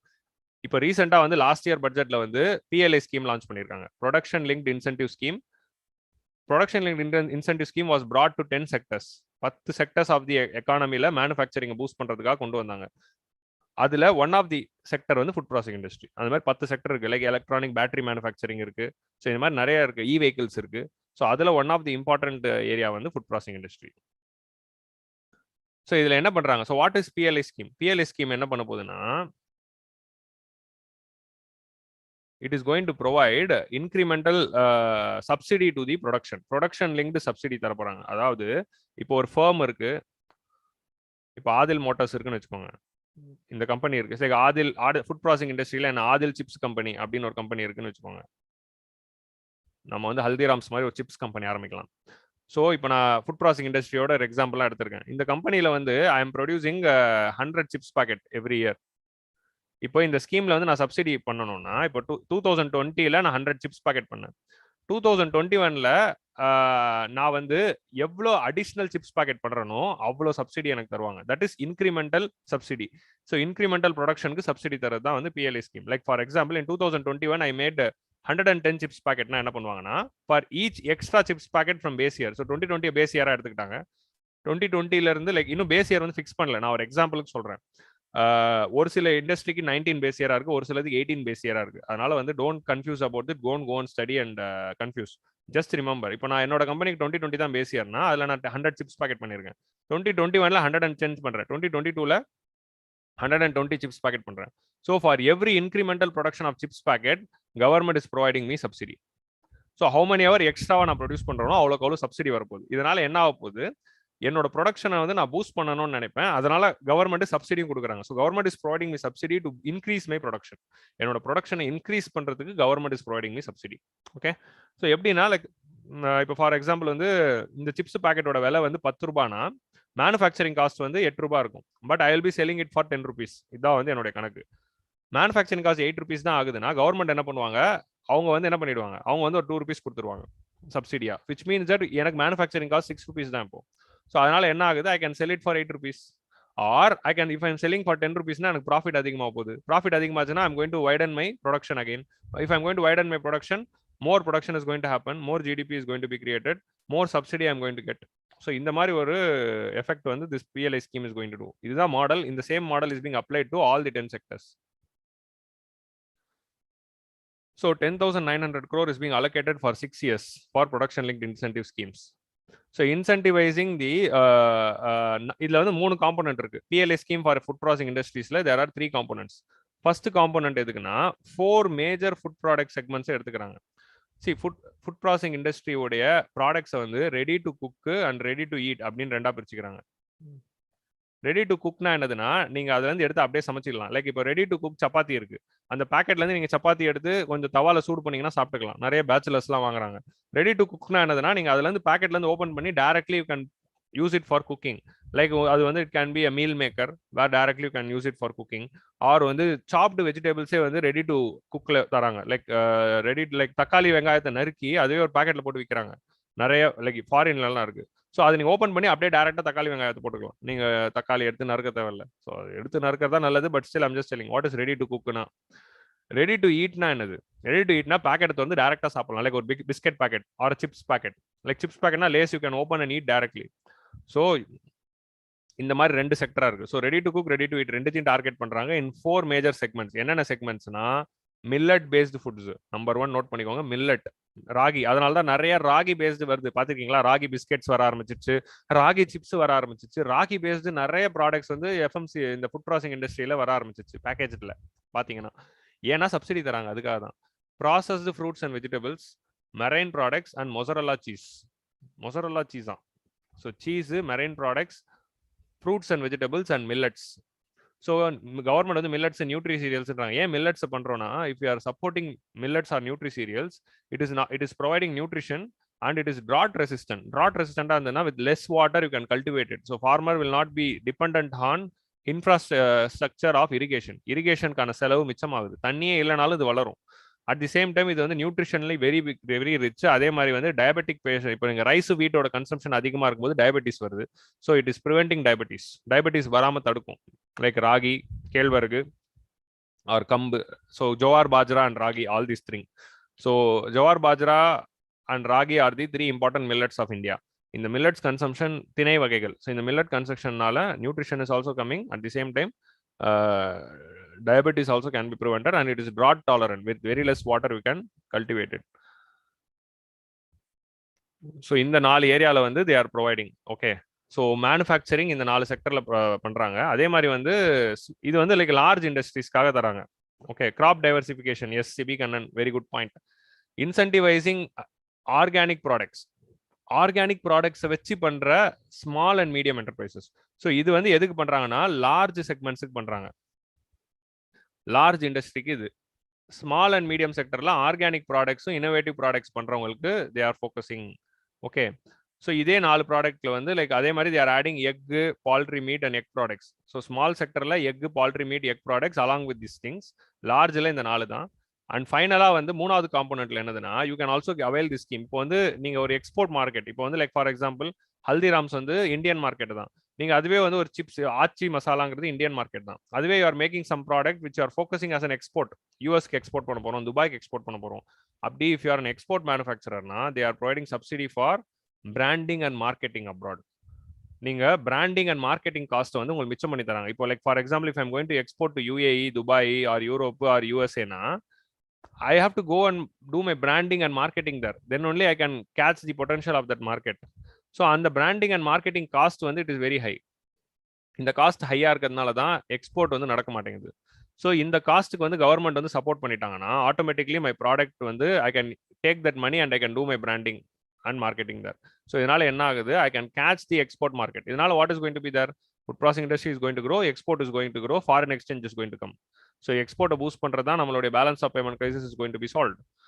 So this is the third component. So these are the 3 components which the government is providing under FLA scheme. இது prelims point of view இது பார்த்துக்கோங்க. So இது வந்து another data. While writing the answer, you can use this data. 1% increase in the infrastructure will lead to increase in food processing, food manufacturing output by 0.06%. 1% நீங்க அதிகமா இன்ஃப்ராஸ்ட்ரக்சர்ல invest பண்ணீங்கன்னா 0.06% வந்து இந்த long run food ப்ராசஸிங்ல grow ஆக போகுது. ஆந்திர பிரதேஷ், மகாராஷ்டிரா, தமிழ்நாடு, குஜராத் இவங்க 4 பேருமே வந்து அதிகமான infrastructure investments they are doing. So they are having huge potential for food processing industries also அப்படின்னு சொல்றாங்க. பேண்டமிக்னால ஒரு சைட்ல லாக்டவுன், இன்னொரு சைட்ல ஒர்க் ஃப்ரம் ஹோம். அதனால online food ordering, online grocery ordering, அதே மாதிரி இந்த மாதிரி பேக்கேஜ்டு ஃபுட் ஐட்டம்ஸ்க்கான டிமாண்ட் வந்து 170% க்ரோத் ஆயிருக்கு. ரெடி டு ஈட் செக்மெண்ட்ல, அதாவது சிப்ஸ் பாக்கெட், பிஸ்கெட் பாக்கெட். ஏன்னா எல்லாரும் வீட்டில் இருக்காங்க, லாக்டவுன்ல இருந்தாங்க, ஒர்க் ஃப்ரம் ஹோம் பண்றதுனால வீட்டில் ஸ்நாக்ஸ். அதனால ரெடி டு ஈட் செக்டர்ல 170% க்ரோத் ஆயிருக்கு டியூ டு லாக்டவுன். ஸோ அதனால it has created a new market for food processing industry. அதே மாதிரி வந்து ஃபங்க்ஷனல் ஃபுட்ஸ், ஹெல்த் ஃபங்க்ஷனல் ஃபுட்னா என்னதுன்னா particular niche kind of like என்னதுன்னா வீகன் ஃபுட் அப்படின்னு சொல்றாங்களா, அது அந்த மாதிரி வந்து ஒரு ஃபங்க்ஷனல் ஃபுட்டுக்கோட டெஃபினிஷன் என்னதுன்னா it is a particular kind of health orient outcomes கொடுக்கக்கூடிய food. Okay, like for example இதை சாப்பிட்டா ஹெல்த்துக்கு நல்லது அப்படிங்கிற மாதிரி சொல்ற மாதிரி ஃபுட்ஸ். ஸோ அதை கொண்டு வர ஸ்டார்ட் அப்ஸ் அண்ட் எம்எஸ்எம்இ இதுக்கு எல்லாத்துக்குமே வந்து சப்போர்ட் கொடுக்கணும். That is one important thing here. So அதில் என்னென்னலாம் வரலாம்னா, எந்தெந்த செக்டருக்குலாம் வந்து பொட்டன்ஷியல் இருக்குன்னா, ஒன்று நியூட்ரி சீரியல்ஸ், மில்லட் பேஸ்டுக்கு வந்து there is a huge potential.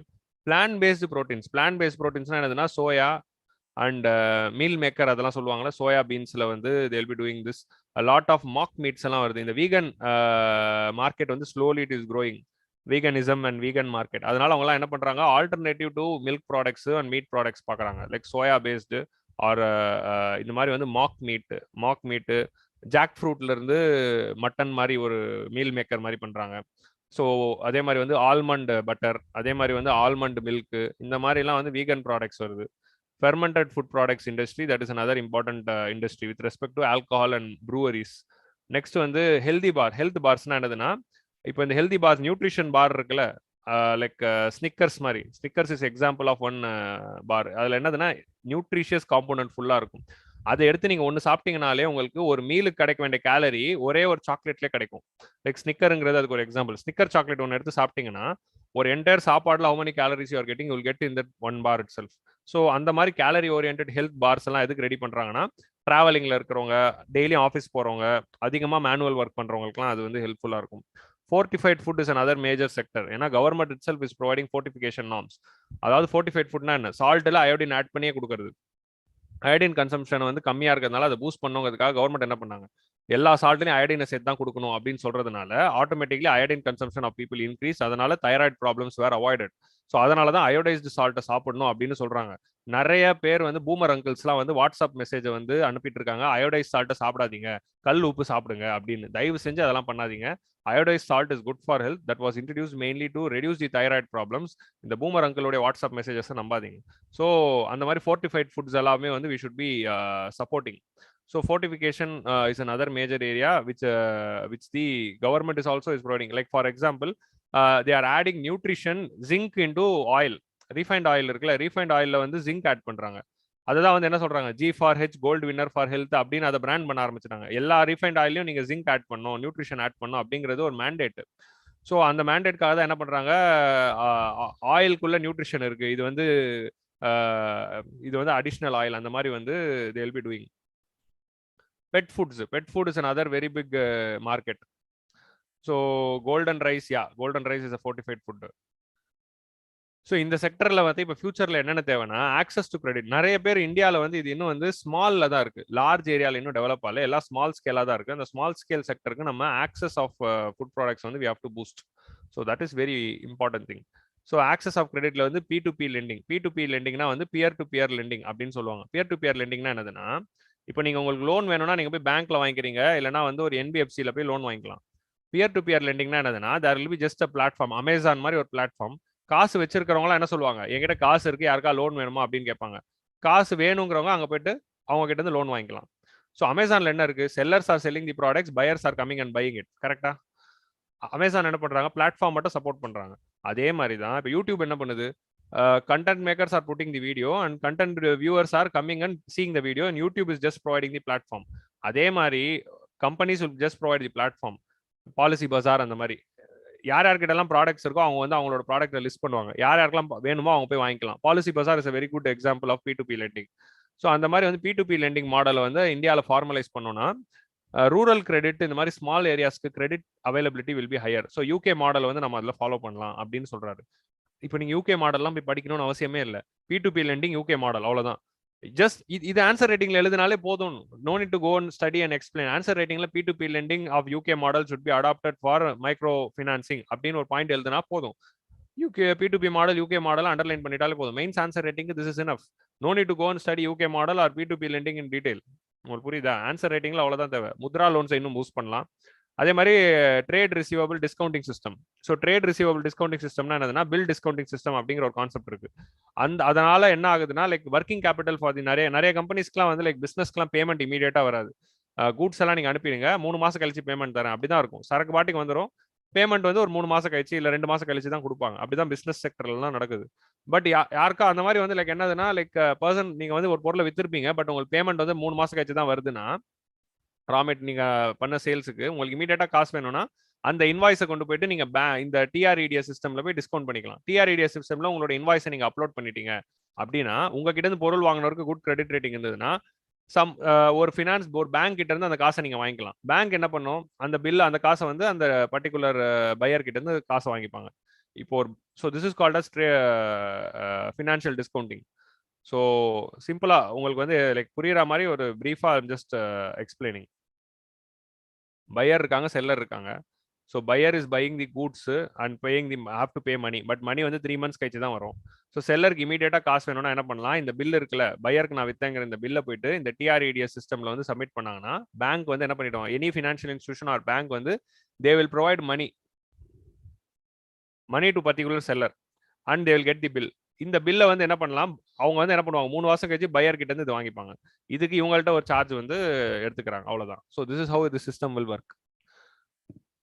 So இதுல வந்து என்ஃபோர்ஸ்மெண்ட் மெக்கானிசம் இன்னும் ஸ்ட்ரென்தன் பண்ணணும், நிறைய டிஸ்பியூட்ஸ் வருது இதுல. அதே மாதிரி வந்து ஜிஎஸ்டி பிளாட்ஃபார்மோட இது இன்டகிரேட் பண்ணிட்டீங்கன்னா, அப்படியே ஜிஎஸ்டியோட ரிட்டர்ன்ஸையும் இதை இன்டகிரேட் பண்ணிட்டா நமக்கு டாக்ஸ் போடுறதுக்கு வசதியா இருக்கும். அட் த சேம் டைம் ஜிஎஸ்டியோட இன்வாய்ஸ் சிஸ்டம் யூஸ் பண்ணி கூட அவங்க வந்து டிஸ்கவுண்டிங் பண்ணிக்கலாம்.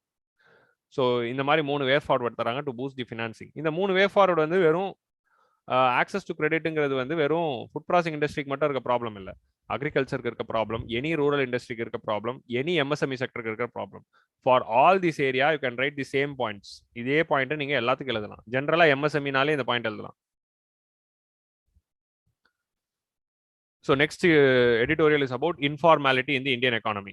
So Indian economy la vandu there is certain informality. Informality na like formal sector, informal sector, organized sector, unorganized sector அப்படினு இருக்கு. So what is formal sector, informal sector na enadana, it is with respect to employment. நீங்க இந்த definition வந்து டக்குன்னு நான் சொல்லிறேன். Formal, informal, organized, unorganised, இந்த மாதிரி வந்து 4 இருக்கா, 4மே வந்து கன்ஃபியூஸ் ஆகும். ஃபார்மல் இன்ஃபார்மல் அதுக்கு என்னதுன்னா எம்ப்ளாயி அண்ட் எம்ப்ளாயர் ரிலேஷன்ஷிப், இதை வச்சுதான் ஃபார்மல் இன்ஃபார்மல் சொல்றோம். ஆர்கனைஸ்டு அன்ஆர்கனைஸ்டு எதை வச்சு சொல்றோம்னா how the process is happening, how the process, அதாவது how the production process is happening, how the particular organisation is organise, அவங்களோட அந்த ஆர்கனைசேஷனோடைய ஸ்ட்ரக்சர் எப்படி ஆர்கனைஸ் ஆயிருக்கு, இல்லை ஹைரார்கி இருக்கா, like proper levels of hierarchy and power structure இருக்கா, அதே மாதிரி வந்து அவங்க ஆஃபீஸில் வந்து ஃபார்மலா போர்ட் ஆஃப் டைரக்டர்ஸ் அந்த மாதிரிலாம் இருக்கா, அந்த மாதிரி ஃபார்மலா டிபார்ட்மெண்ட்ஸாக பிரிச்சிருக்காங்களா, அந்த மாதிரி how the process of production is taking place. Like வந்து ப்ரொடக்ஷன் ப்ராசஸ் எப்படி நடக்குதுன்னா, எனி பிஸ்னஸ் நீங்க எடுத்துக்கிட்டா எதர் கூட்ஸ் ப்ரொடியூஸ் பண்ண போறாங்க இல்லை சர்வீஸ் ப்ரொடியூஸ் பண்ண போறாங்க. நீங்க எந்த பிஸ்னஸ் வேணாலும் எடுங்க, அவங்க எதர் கூட்ஸ் பண்ண போறாங்க இல்லை சர்வீஸ் பண்ண போறாங்க, இல்லை எந்த கம்பெனி வேணா எடுங்க. ஸோ அவங்க இந்த கூட்ஸையும் சர்வீஸையும் ப்ரொடியூஸ் பண்ணும்போது ஆர்கனைஸ்டு மேனர்ல பண்றாங்களா இல்லை அன்ஆர்கனைஸ்டு மேனர்ல பண்றாங்களா, அதை வச்சு தான். ஸோ லைக் ஃபார் எக்ஸாம்பிள், நல்ல ஒரு இண்டஸ்ட்ரியில நீங்க வந்து ஒரு பொட்டேட்டோ சிப்ஸை வந்து லேஸும் பண்ணுது, அதே மாதிரி பேக்கேஜ்ல லைக் ஒரு குடிசை தொழிலாகவும் பொட்டேட்டோ சிப்ஸ் பண்றாங்க.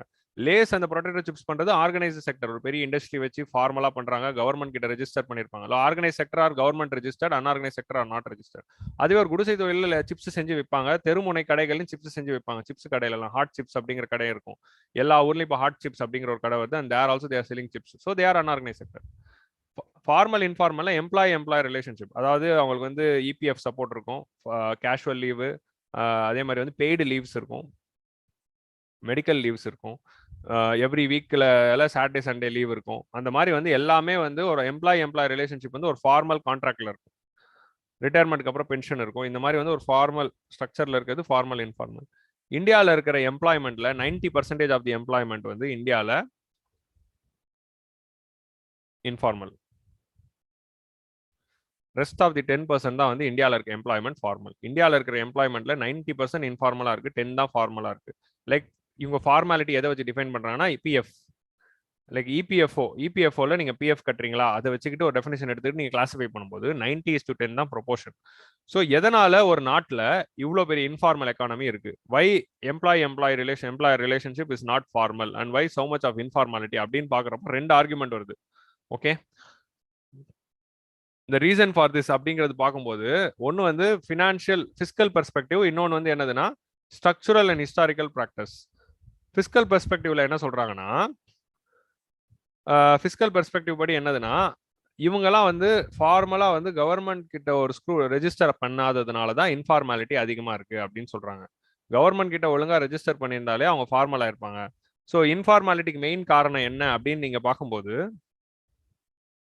why there is informality அப்படின்னு பார்க்கும்போது 2 ஆர்குமெண்ட் இருக்கு. ஒன்று ஃபிஸ்கல் பெர்ஸ்பெக்டிவ், இன்னொன்று வந்து என்னது அண்டர் டெவலப்மெண்ட் பெர்ஸ்பெக்டிவ் இருக்கு. ஃபிஸ்கல் பெர்ஸ்பெக்டிவ்ல என்ன சொல்லுதுன்னா, நிறைய இன்ஃபார்மல் செக்டர் வரதுக்கு மெயின் காரணம் என்னதுன்னா கவர்மெண்ட் ரெகுலேஷன் தான் அப்படின்னு சொல்றாங்க.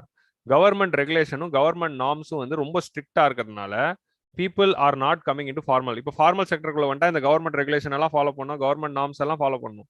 இப்போ ஒரு தெருமுனை கடையில் பொட்டேட்டோ சிப்ஸ் பண்றவங்களுக்கு பேக்கேஜிங் நார்ம்ஸ், எஃப்எஸ்எஸ்ஐ கிட்ட லைசன்ஸ் வாங்கணும், அவங்கள்ட்ட வந்து பேக்கேஜிங் அப்ரூவல் வாங்கணும், ஃபுட் இன்ஸ்பெக்டர் வந்து இன்ஸ்பெக்ட் பண்ணுவாங்க. இந்த மாதிரி வந்து ஒரு சிஸ்டம் இருக்கிறதுனால, அதே மாதிரி லேபர் ஸ்டாண்டர்ட்ஸ், இந்த மாதிரி வந்து government standards, government regulation and labour standards தான் ஸ்ட்ரிக்டா இருக்கிறதுனால தான் people are not coming into formal sector and they are staying informal அப்படின்னு சொல்றாங்க. ஸோ இன்ஃபார்மலா வந்துட்டு அவங்க வந்து lakhs and lakhs of money, ஒரு ரோட்டோர இருக்கிற ஒரு சமோசா கடையில they might also have a turnover of லேக்ஸ்ல தான் டர்ன் ஓவர் கூட வச்சிருக்கலாம். ஆனா அவங்க வந்து ஜிஎஸ்டியும் கட்ட மாட்டாங்க, எந்த ஒரு ஃபார்மல் நெட்டுக்குள்ளேயும் வர மாட்டாங்க. ஸோ இந்த மாதிரி நிறைய இன்ஃபார்மல் பீப்புள் இருக்காங்க. ஏன்னா ஃபார்மலைஸ்டா உள்ள வந்தா டாக்ஸ் கட்ட வேண்டியது வரும், ஆர் கவர்மெண்ட் ஸ்டாண்டர்ட்ஸ் ஃபாலோ பண்ண வேண்டியது வரும், அதனாலே அவங்க இன்ஃபார்மலா இருக்கிறாங்க. இது ஒரு ரீசன் சொல்றாங்க.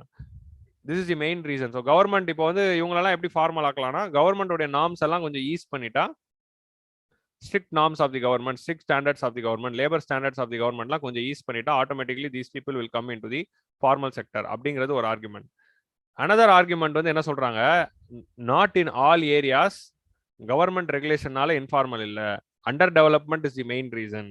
அண்டர் டெவலப்மெண்ட்டும், லோ பெர் கேபிட்டா இன்கமும், பாவர்ட்டி நாளையும் தான் வந்து அவங்க இன்ஃபார்மலா இருக்கும் வாய்ப்பு இருக்கு. Not all the informal sectors are earning lakhs and lakhs of money and they are making huge turnover. There are many cottage industries or household industries which are not having enough money. So இந்த மாதிரி வந்து நிறைய வந்து தே are having. So which is creating a lot of problems. So poverty, underdevelopment is the reason and not the regulation is the reason. So but நம்ம government of India வந்து இந்த இன்ஃபார்மலைசேஷன் பண்ணணுங்கிறதுக்கு என்ன பண்றாங்கன்னா, இந்த பெர்ஸ்பெக்டிவ் மட்டும் தான் யோசிக்கிறாங்க, இந்த பெர்ஸ்பெக்டிவ் யோசிக்கவே மாட்டாங்க. இந்த பெர்ஸ்பெக்டிவ் யோசிக்கணுங்கிறதுக்காக என்ன பண்றாங்க, ஜிஎஸ்டி கொண்டு வருவாங்க, ஜிஎஸ்டி கொண்டு வந்துட்டா எல்லாம் ஃபார்மல் ஆயிடுவாங்க அப்படின்றாங்க. ஜிஎஸ்டி கொண்டு வந்துட்டாலே ஃபார்மல் ஆயிடுவாங்கன்னு இல்லை. நிறைய பேரால like what government is thinking that இந்த மாதிரி பெரிய பெரிய கம்பெனி இந்த மாதிரி இன்ஃபார்மல் செக்டர்ல லேக்ஸ் அண்ட் லேக்ஸ்ல ஏர்ன் பண்றவங்க இருக்காங்க, அவங்கள நம்ம ஃபார்மலைஸ் பண்ணணும் தான் யோசிக்கிறாங்களே தவிர that segment of the thing is very less when compared to the people who are underdeveloped or in poverty. So அதுதான் வந்து இந்த எடிட்டோரியல்ல சொல்றாங்க. ஸோ இதுக்கு அட்ரஸ் பண்ணி கவர்மெண்ட் எடுக்கிற step it is well and good. But அது மட்டுமே பத்தாது, இது அட்ரஸ் பண்ணி எடுக்கணும். ஏன்னா ஏகப்பட்ட ஃபர்ம்ஸ் வந்து இப்போ தெருமுனையில ஒரு தள்ளு வண்டியில வச்சிருக்கிற கடவுங்க என்ன லேக்ஸ் அண்ட் லேக்ஸ்ல ஏர்ன் பண்றாங்க. தள்ளு வண்டியில வச்சிருக்க கடைகளை 100-200 லாபம் பார்க்கறதே பெரிய விஷயம். ஆனா பக்கத்திலேயே வந்து ஒரு சமோசா கடை இருக்கும், அவங்க லேக்ஸ் அண்ட் லேக்ஸ்ல ஏர்ன் பண்ணலாம். Like Mahalakshmi tea stall king makers பக்கத்துல இருக்கு. ஸோ அவங்க லேக்ஸ் அண்ட் லேக்ஸ்ல ஏர்ன் பண்ணலாம், அது இன்ஃபார்மலா தான் இருக்கும். ஆனா ஒரு தள்ளு வண்டியில டீ கடை இருக்கும், அது இன்ஃபார்மல் தான். ரெண்டு இன்ஃபார்மல் ஒண்ணு கிடையாது. நீங்க மகாலட்சுமி மாதிரி ஒரு டீ ஸ்டாலை வந்து என்ன பண்ணணும், இது வந்து சென்னையில இருக்கவங்களுக்கு அந்த எக்ஸாம்பிள் புரியும். மகாலட்சுமி மாதிரி இருக்க ஒரு டீ ஸ்டாலை வந்து ஜிஎஸ்டிக்குள்ள கொண்டு வந்து ஃபார்மலைஸ் பண்ணணும், அதுதான் கவர்மெண்ட் எய்ம் பண்றாங்களே தவிர தள்ளு வண்டி கடையில இருக்கிற கடையை வந்து டெவலப் பண்ணி அதை ஃபார்மல் ஆக்கணும் அப்படிங்கிறதுல ஸ்கீம்ஸே போடுறது இல்லை. இது என்னைக்கு வளருதோ அப்பதான் ஃபார்மலைசேஷன் நடக்கும். வெறும் இதை மட்டும் டார்கெட் பண்ணா பத்தாதுங்கிறது தான் வந்து இந்த எடிட்டோரியலோட ஆர்குமெண்ட். ஸோ கவர்மெண்ட் வந்து ஜிஎஸ்டி கொண்டு வந்தாங்க, டிமானிட்டைசேஷன் கொண்டு வந்தாங்க, ஸோ தட் எல்லாருமே பேங்க் அக்கௌண்ட்ஸ்குள்ள வராங்கன்னு. Digitisation of economy, enrolment of workers into government portals, Suvidha portals நிறைய ஆரம்பிச்சு they are bringing in. But இதெல்லாம் பண்றாங்க. லைக் அதே மாதிரி பிரதான் மந்திரி ரோஸ்கார் புரோத்சாகன் அபியான் அப்படிங்கிறதெல்லாம் கொண்டு வராங்க. இந்த மாதிரி ரோஸ்கார் புரோத்சாகன் அபியான் இதெல்லாம் வந்து இட் இஸ் ஃபிஸ்கல் பெர்ஸ்பெக்டிவ் தான், it is not under development perspective அப்படின்னு சொல்றாங்க. இந்த fiscal perspective of persistence of informality due to excessive regulation of enterprises and labor reforms வந்து எங்கேருந்து வருதுன்னா வெஸ்டர்ன் தாட். அது ஐஎம்எஃப் மாதிரி ஒரு வெஸ்டர்னைஸ் நேஷன்ஸ் வந்து ஐஎம்எஃப் மாதிரி ஒரு ஆர்கனைசேஷன்ல இருந்து வந்து வெஸ்டர்ன் தாட் தான் என்ன சொல்லுதுன்னா, strict regulation and strict labour laws வந்து இட் இஸ் கிரியேட்டிங் ப்ராப்ளம், அதனாலதான் வந்து ஃபார்மலைஸ் ஆகல அப்படின்னு சொல்றாங்க. But that is a western concept. Easing registration, ease of doing business and labour law ரெகுலேஷன்லாம் பண்ணா ஃபார்மலைசேஷன் நடந்துரும். அதனால தான் கவர்மெண்ட் என்ன பண்றாங்க, ஈஸ் ஆஃப் டூயிங் பிஸ்னஸ் அப்படின்னு they are taking a lot of reform, labour law reforms they are doing a lot of reforms, but that is not going to work. Okay, so அது பண்றாங்க. Pre LPG எரால தான் இந்த மாதிரி ஒரு system இந்தியாவில் இருந்தது. ப்ரீ எல்பிஜி எரால தான் highest form of strict regulations நம்ம வச்சிருந்தோம். அதனாலேயே நிறைய பேர் இன்ஃபார்மலா இருந்தாங்க. ஸோ ப்ரீ எல்பிஜி எரால இந்த விஷயம் இந்தியாவில் நடந்துச்சு. ஸோ ப்ரீ எல்பிஜி எரால இந்த argument is fine, but not in the post LPG era. அதுதான் வந்து இந்த ஆத்தர் சொல்றாங்க. ஸோ கான்ட்ராக்சுவலைசேஷன் ஆஃப் ஒர்க் ஃபோர்ஸ்னா என்னதுன்னா, ஒரு ஃபார்மல் செக்டர் இருக்கு. இந்த ஃபார்மல் செக்டர்ல வந்து இப்போ வந்து ஒரு ஃபார்மல் செக்டர்ல ஒரு லேஸ் கம்பெனியா இருக்கும்னு வச்சுக்கோங்களேன். இந்த ஃபார்மல் செக்டர்ல இருக்கிற கம்பெனி என்ன பண்ணுன்னா, அவங்க வந்து அவங்களோட எல்லா எம்ப்ளாய்மெண்ட்டையும் வந்து கான்ட்ராக்ட் பண்றது. கான்ட்ராக்ட்ஸ் லைக் வந்து ரெகுலர் எம்ப்ளாய்மெண்ட்டா எடுக்கிறதுக்கு பதிலா எல்லாமே கான்ட்ராக்ட் ஒர்க்கரா எடுக்கிறாங்க. ரெகுலர் எம்ப்ளாய்மெண்ட்டா எடுத்தா ஸ்ட்ரிக்ட் லேபர் லாஸ் இருக்கிறதுனால எல்லாருமே வந்து கான்ட்ராக்ட் ஒர்க்கே போயிட்டாங்க. கான்ட்ராக்ட் ஒர்க்னா 2 வருஷம் கான்ட்ராக்ட், 3 வருஷம் கான்ட்ராக்ட் இருக்கும். அதுக்கப்புறம் வேலை இருக்காது. ஸோ இந்த மாதிரி வந்து contractualisation of workforce is happening. ஏன்னா லேபர் ரிஃபார்ம்ஸ், லேபர் லாஸ்லாம் ரொம்ப ஸ்ட்ரிஞ்சண்டா இருக்கு அப்படிங்கிறதுனால இதுக்குள்ள வந்து ஸ்ட்ரிஞ்சண்டா இல்லை, லேபர் ரிஃபார்ம்ஸ்ல நிறைய லேபர் வெல்ஃபேர் இருக்குங்கிறதுனால if labor reforms has to be implemented, a lot of money will be spent in the form of PF or நிறைய லீவ் கொடுக்க வேண்டியது வரும். வாரத்தில் 6 நாள் ஆஃபீஸ் வர சொல்லணும், இல்லைனா வாரத்தில் 2 நாள் லீவ் கொடுக்கணும், கேஷுவல் லீவ், மெடிக்கல் லீவ்லாம் கொடுக்கணும். அவங்களெல்லாம் அந்த லீவ்லாம் கொடுக்காம ஆஃபீஸ் வா அப்படின்னு சொன்னால் நிறைய இன்னும் ஒர்க் நம்ம எக்ஸ்ட்ராக்ட் பண்ணலாமே. அதனால என்ன பண்றாங்க, கான்ட்ராக்ட் ஒர்க்கர்ஸ் நிறைய எடுத்துக்கிறாங்க. ஸோ இந்த மாதிரி கான்ட்ராக்சுவலைசேஷனும் நடக்குது. இது ஒரு மிகப்பெரிய கிரைசிஸ் அப்படிங்கிறது they are telling. But after LPG reforms பண்ண பிறகு this is not the case. After LPG reforms வந்து இன்னும் the distance between the formal and informal widen ஆகிடுச்சு. ஸோ இந்தியாவுடைய ஸ்ட்ரக்சரல் அண்ட் ஹிஸ்டாரிக்கல் ஃபேக்டர்ஸ்னாலையும் எக்கனாமிக் பேக்வர்ட்னஸ்னாலையும் வந்து நிறைய இன்ஃபார்மாலிட்டி இருக்கு. So informality and per capita income is having negative association in India. Higher the per capita income, lower the informality. So அதனால GDP க்ரோத்லையும் economic per capita இன்கம்லையும் பின்தங்கிய நாடுகளில் பிகாஸ் ஆஃப் தேர் எக்கனாமிக் பேக்வர்ட்னஸ்லேயே தேர் இஸ் இன்ஃபார்மலைசேஷன். ஸோ அங்கே தான் we need structural transformation, that is transforming this informal into formal. அதுக்கு என்ன பண்ணணும், not only focusing on formalisation with respect to fiscal perspective, it should also be focusing on the other dimension. அதாவது informal செக்டர்ல இருக்கிற well performing என்டிட்டிஸை மட்டும் focus பண்ணாம informal செக்டர்ல இருக்கிற அண்டர் பெர்ஃபார்மிங் கம்யூனிட்டிஸையும் நம்ம ஃபோக்கஸ் பண்ணணும். இந்தியாவில் இது வந்து ஒரு data which you can code in the mains answer writing. 90% of the informal workers, இந்தியாவில் வந்து 90% of the workers are informal. They are contributing 50% of GDP. அதாவது 90% of the workers வந்து 50% of GDP தான் தராங்க. Rest of the 10% formal workers வந்து rest of the 50% தராங்க. 10% workers are contributing 50% of GDP. 90% of the rest of the informal workers are contributing another 50%. So இங்க பாத்தீங்களா, so formalization will lead to increase in productivity. நம்ம GDP growth வரணும், இந்தியாவில் இருக்கிற one of the important structural problem என்னதுன்னா informal economy. So informal எக்கானமியை formal economy ஆக்குனாலே productivity will rise, GDP growth will happen. Okay, அதில் 75% of the informal workers are self employed. Self எம்ப்ளாய்டுனா என்ன, like they could be an auto driver, or they could be a cab driver, or they could be running a தள்ளுவண்டி, ஒரு road stall, ஒரு road corner food ஸ்டாலாக இருக்கலாம். What ever, they are self employed. Self employed கூட சின்ன சின்ன பிசினஸஸும் பண்ணிக்கிட்டு இருக்காங்க. And casual wage workers. இந்த 90% ஆஃப் இன்ஃபார்மல் ஒர்க்கர்ஸ்ல 75% வந்து informal workers are self employed. 50% of the informal worker வந்து நான் அக்ரிகல்ச்சரல்ல இருக்காங்க. இந்த 90%ல வந்து 45% வந்து அக்ரிகல்ச்சர்லயே இருக்கு, மிச்சம் 45% நான் அக்ரிகல்ச்சர்ல இருக்கு. So this is how the India's informal எக்கானமிக்கான டேட்டா ஆன்சர் ரைட்டிங்ல இது யூஸ் ஆகும், யூஸ் பண்ணிக்கோங்க. Low productivity, struggling to survival, household based establishment தான் இந்தியாவில் அதிகம். லைக் மகாலட்சுமி மாதிரி டீ கடை வச்சு லைக் லேக்ஸில் டேர்ன் ஓவர் பண்ணுற ஒரு tea stall is an informal sector. But அந்த மாதிரி இன்ஃபார்மல் செக்டருக்கு தான் கவர்மெண்ட் டார்கெட் பண்ணி they are trying to make it formal. They are not targeting a தள்ளுவண்டி கடை. ஸோ இந்தியாவில் இந்த தள்ளுவண்டி கடைகள் மாதிரியும் low productivity, struggling to survive based kind of informal sector தான் ஹையஸ்டா இருக்கு, not the well performing informal sector. So well performing informal செக்டரோட இந்த செக்டர் தான் அதிகமாக இருக்குங்கிறது தான் யோசிக்கணும். அதே மாதிரி பேண்டமிக் வந்ததுனால, ஸோ பேண்டமிக்கு முன்னாடி வந்து informal sector contributed 50% of GDP. After pandemic, they have contributed only 20% of GDP, which means that எல்லா informal sectorல இருக்க இந்த மாதிரி சின்ன சின்ன பிசினஸ் எல்லாம் அடி. மகாலட்சுமி மாதிரி ஒரு ஸ்டோர் வந்து லாக்டவுனை சமாளிக்கலாம், பட் தள்ளுவண்டி கடையால் லாக்டவுனை சமாளிக்க முடியுமா? முடியாது. So they cannot absorb losses. அவ்வளோதான், they will go out of the business and they will be bankrupt and they will be out. So earlier 50% of GDP came from informal sector. Now only 20% of GDP is coming. So rest of the 80% formal sectorல இருந்து வருதுன்னா economy formalise ஆயிடுச்சு அப்படின்னு எல்லாம் சொல்லிட்டு இருந்தாங்க. Economy never became formal. Informal செக்டர்ல வந்து they went out of business. So what is the way forward for this? So provide skilling. இந்த மாதிரி லோ ப்ரொடக்டிவ் செக்டருக்கு ப்ராப்பர் ஸ்கில்லிங்கும் ப்ராப்பர் எஜுகேஷனும் ஒரு ப்ராப்பர் கிரெடிட் சப்போர்ட்டும் கவர்மெண்ட் கொடுத்தாதான். இந்த கிரெடிட் சப்போர்ட்டுக்கு ப்ரீவியஸ் எடிட்டோரியில் விசா பாயிண்ட். அதே மாதிரி greater capital investment, government focus வந்து இந்த மாதிரி செக்டருக்கு அதிகமான கேபிட்டல் இன்வெஸ்ட்மெண்ட் பண்ணி அவங்களுக்கு சப்போர்ட் பண்ணணும், அவங்களுக்கு சப்சிடி கொடுக்கணும், அவங்களுக்கு இன்சென்டிவ்ஸ் கொடுத்து இந்த லோ ப்ரொடக்டிவ் இன்ஃபார்மல் எக்கானமியை தான் வந்து நம்ம வந்து ஃபார்மலைஸ் பண்ண எய்ம் பண்ணமே தவிர ஆல்ரெடி ஹை ப்ரொடக்டிவ் இன்ஃபார்மல் எக்கானமியை வந்து நம்ம ஃபார்மலைஸ் பண்றது நல்லது தான், பட் இதையே அதிகமாக பண்ணணும். That is what the editorial is telling. Okay, so focus on. So இந்தியாவுடைய formal economy is two types. Sorry, இந்தியாவோட informal economy is two types. ஒன்று வந்து ஹை ப்ரொடக்டிவ் இன்ஃபார்மல் எக்கானமி, இன்னொன்று low productive informal economy. High productive informal எக்கானமியில தான் இந்த GST, demonetisation, digitisation of economy, enrolment of workers into government portal, Pradhan Mantri Rozgar Protsahan Abhiyan, இந்த மாதிரி ஸ்கீம்லாம் அதுக்கு தான் ஒர்க் அவுட் ஆகும். ஸோ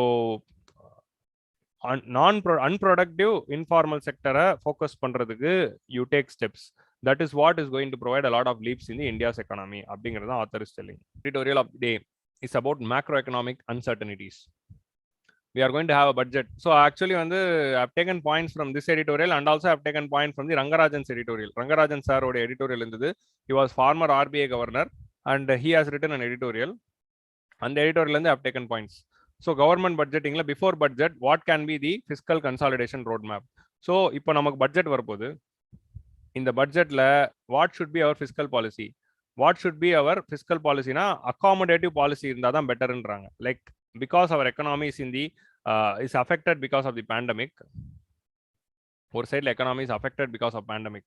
அதனால என்ன ஆயிடுச்சு, நமக்கு tax revenue started to fall. இப்போ நம்ம what is fiscal consolidation? Fiscal கன்சாலிடேஷன்னா என்னதுன்னா ஃபிஸ்கல் டெபிசிட்டை குறைக்கிறது. ஸோ ஃபிஸ்கல் டெபிசிட்டோடைய ஃபார்முலாக்கு நம்ம என்ன சொல்லுவோம்? Revenue minus, expenditure minus revenue. This is what deficit order formula. So நமக்கு tax revenue வந்து revenue sideல because of the pandemic and lockdown, because of the loss to businesses, tax revenue has fallen. Income taxும் fall ஆயிடுச்சு, indirect taxesும் fall ஆயிடுச்சு. ஏன்னா சேல்ஸும் அடி வாங்கியிருக்கு. GST collectionும் குறைஞ்சது, but of course it picked up.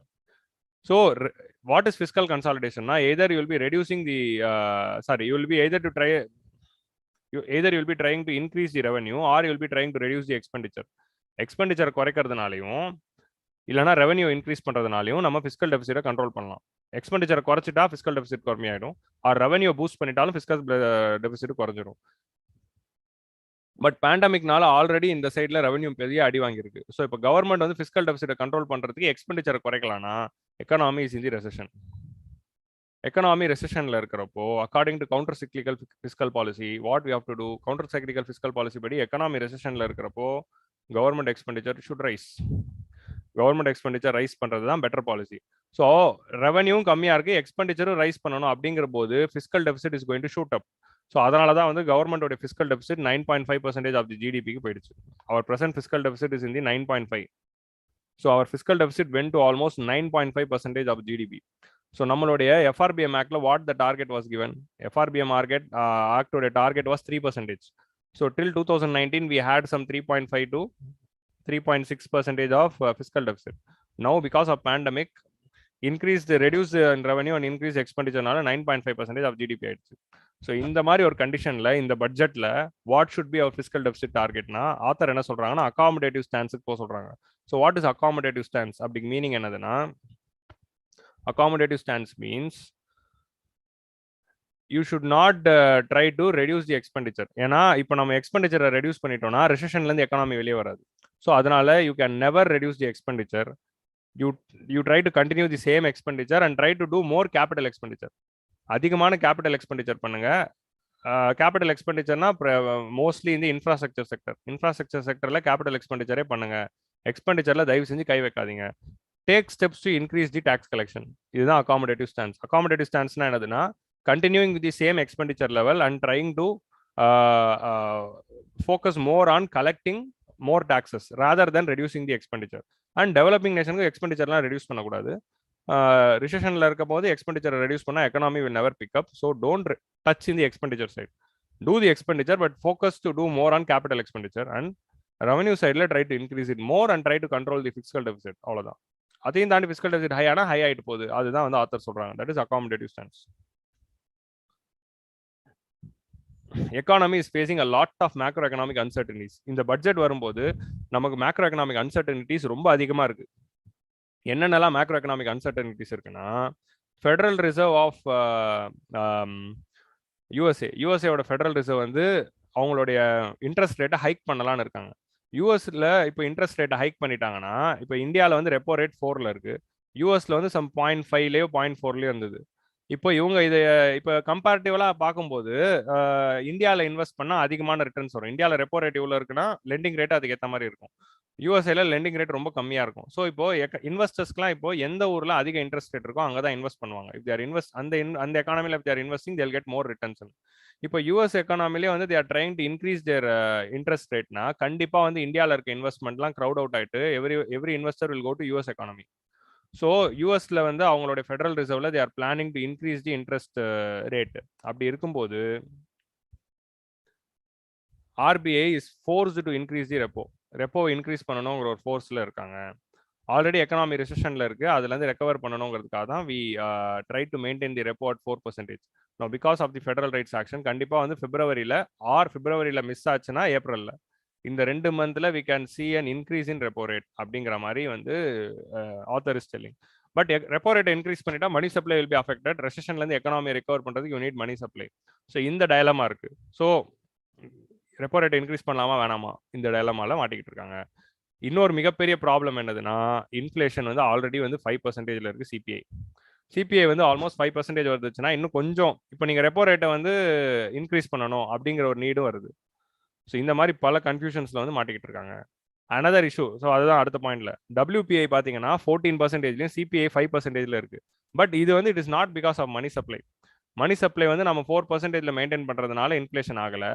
Supply chain disruptions because of the pandemic and volatile petrol and food ப்ரைசஸ்னால தான் inflation is very high. இது வந்து ஹெட்லைன் இன்ஃப்ளேஷன் ஹையா இருக்கு, கோர் இன்ஃப்ளேஷன் நார்மலாக தான் இருக்கு.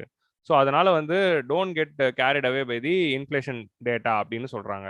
ஸோ அதனால வந்து இப்போ ரெப்போ ரேட் கட் பண்ணலாமா வேணாமாங்கிறதுக்குள்ள இவ்வளோ confusion. If you want to cut the repo rate or not, that is itself is a very big confusion for RBI.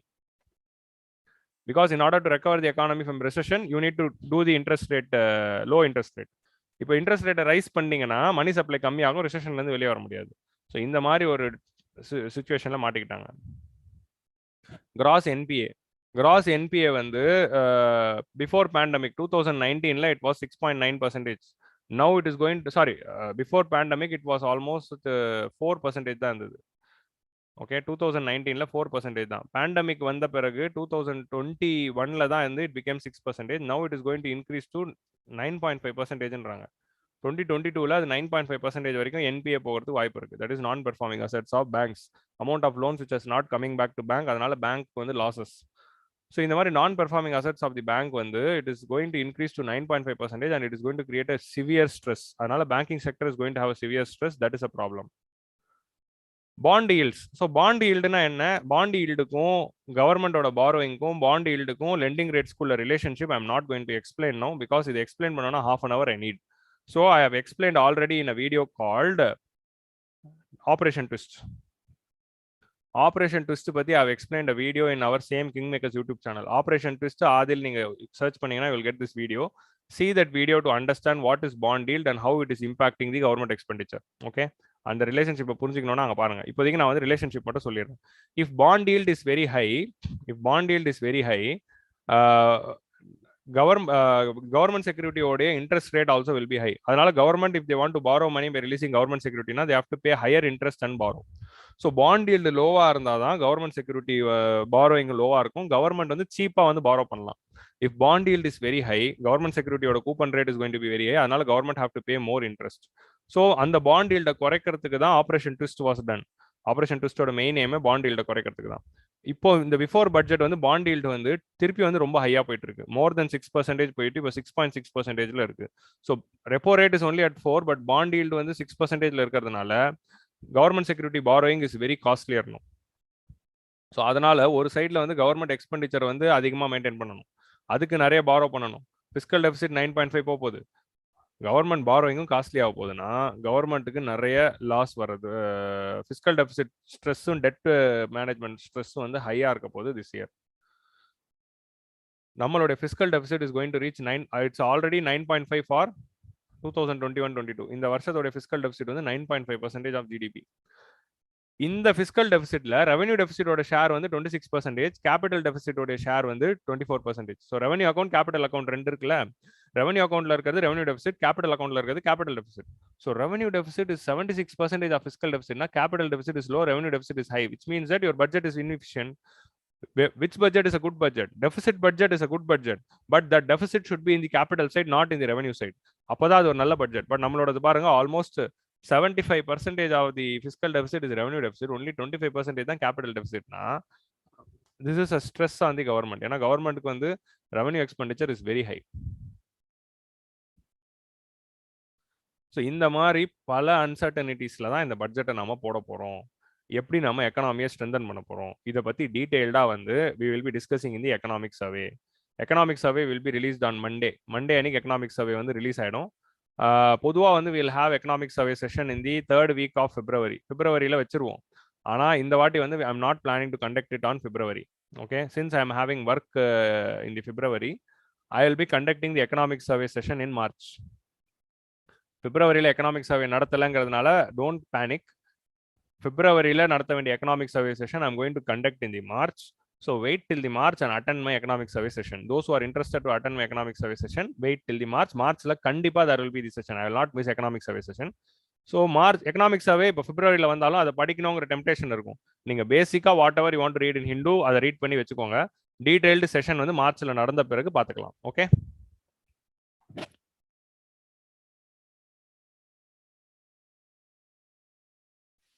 so accommodative fiscal stand is needed. So tax buoyancy path is needed rather than reduction of expenditure. Don't reduce expenditure, focus on increasing the tax. Public expenditure in infrastructure is major thing. Government வந்து இன்ஃப்ராஸ்ட்ரக்சர்ல invest பண்ணாங்கன்னா private investment also will rise. இப்போ government வந்து if they are constructing a highwaysனா அந்த highwaysனால private sector they are going to be benefited because they can be transmitting their goods. If government is constructing a railway lineனா freight traffic அதிகமாக போகுது. So private sectors வந்து they will be benefiting. So infrastructure investment is not only going to propel the economy, but also it is going to crowd in the private sector investment. That is the potential of infrastructure investment. So don't reduce the expenditure, instead continue the same expenditure. Try to do more expenditure in the capital side. Revenue side அதிகமாக இருக்கு, அது capital side பண்ணுங்க. அதுக்கு national infrastructure pipeline is going to help us. There is a need to increase the health expenditure because of the pandemic. It is self-explanatory. ஏன்னா நம்மளோட health expenditure to the percentage of GDP is very low. We need to increase it to almost 2.5 to 4% ஆவது increase பண்ணணும். Unemployment is very high. So அதனால என்ன பண்ணணும்னா MG நரேகாக்கு அதிகமான fund allocation பண்ணணும். அதே மாதிரி urban component of MG NREGA should be brought. MG NREGA is only for rural area. Urban ஏரியாவுக்கும் ஒரு எம்ஜி நரேகா மாதிரி ஒரு சிஸ்டம் கொண்டு வரணும். அதுக்கு தான் வந்து டூயட் மாடல் அப்படிங்கிற ஒரு ஸ்கீம் இருக்கு. இந்த டூயட் மாடல் பற்றி நான் 18th எடிஷன்ல டீடைல்டா பேசியிருப்பேன். டூயட் மாடலுங்கிறது வந்து it is a model for urban form of MG NREGA.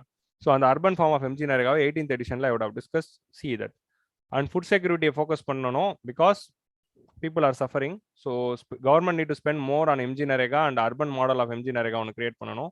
Food security expenditure பண்ணனும். Gender budgeting நிறைய பண்ணனும் because women க்கு அதிகமான allocation is needed because pandemic நால they have affected.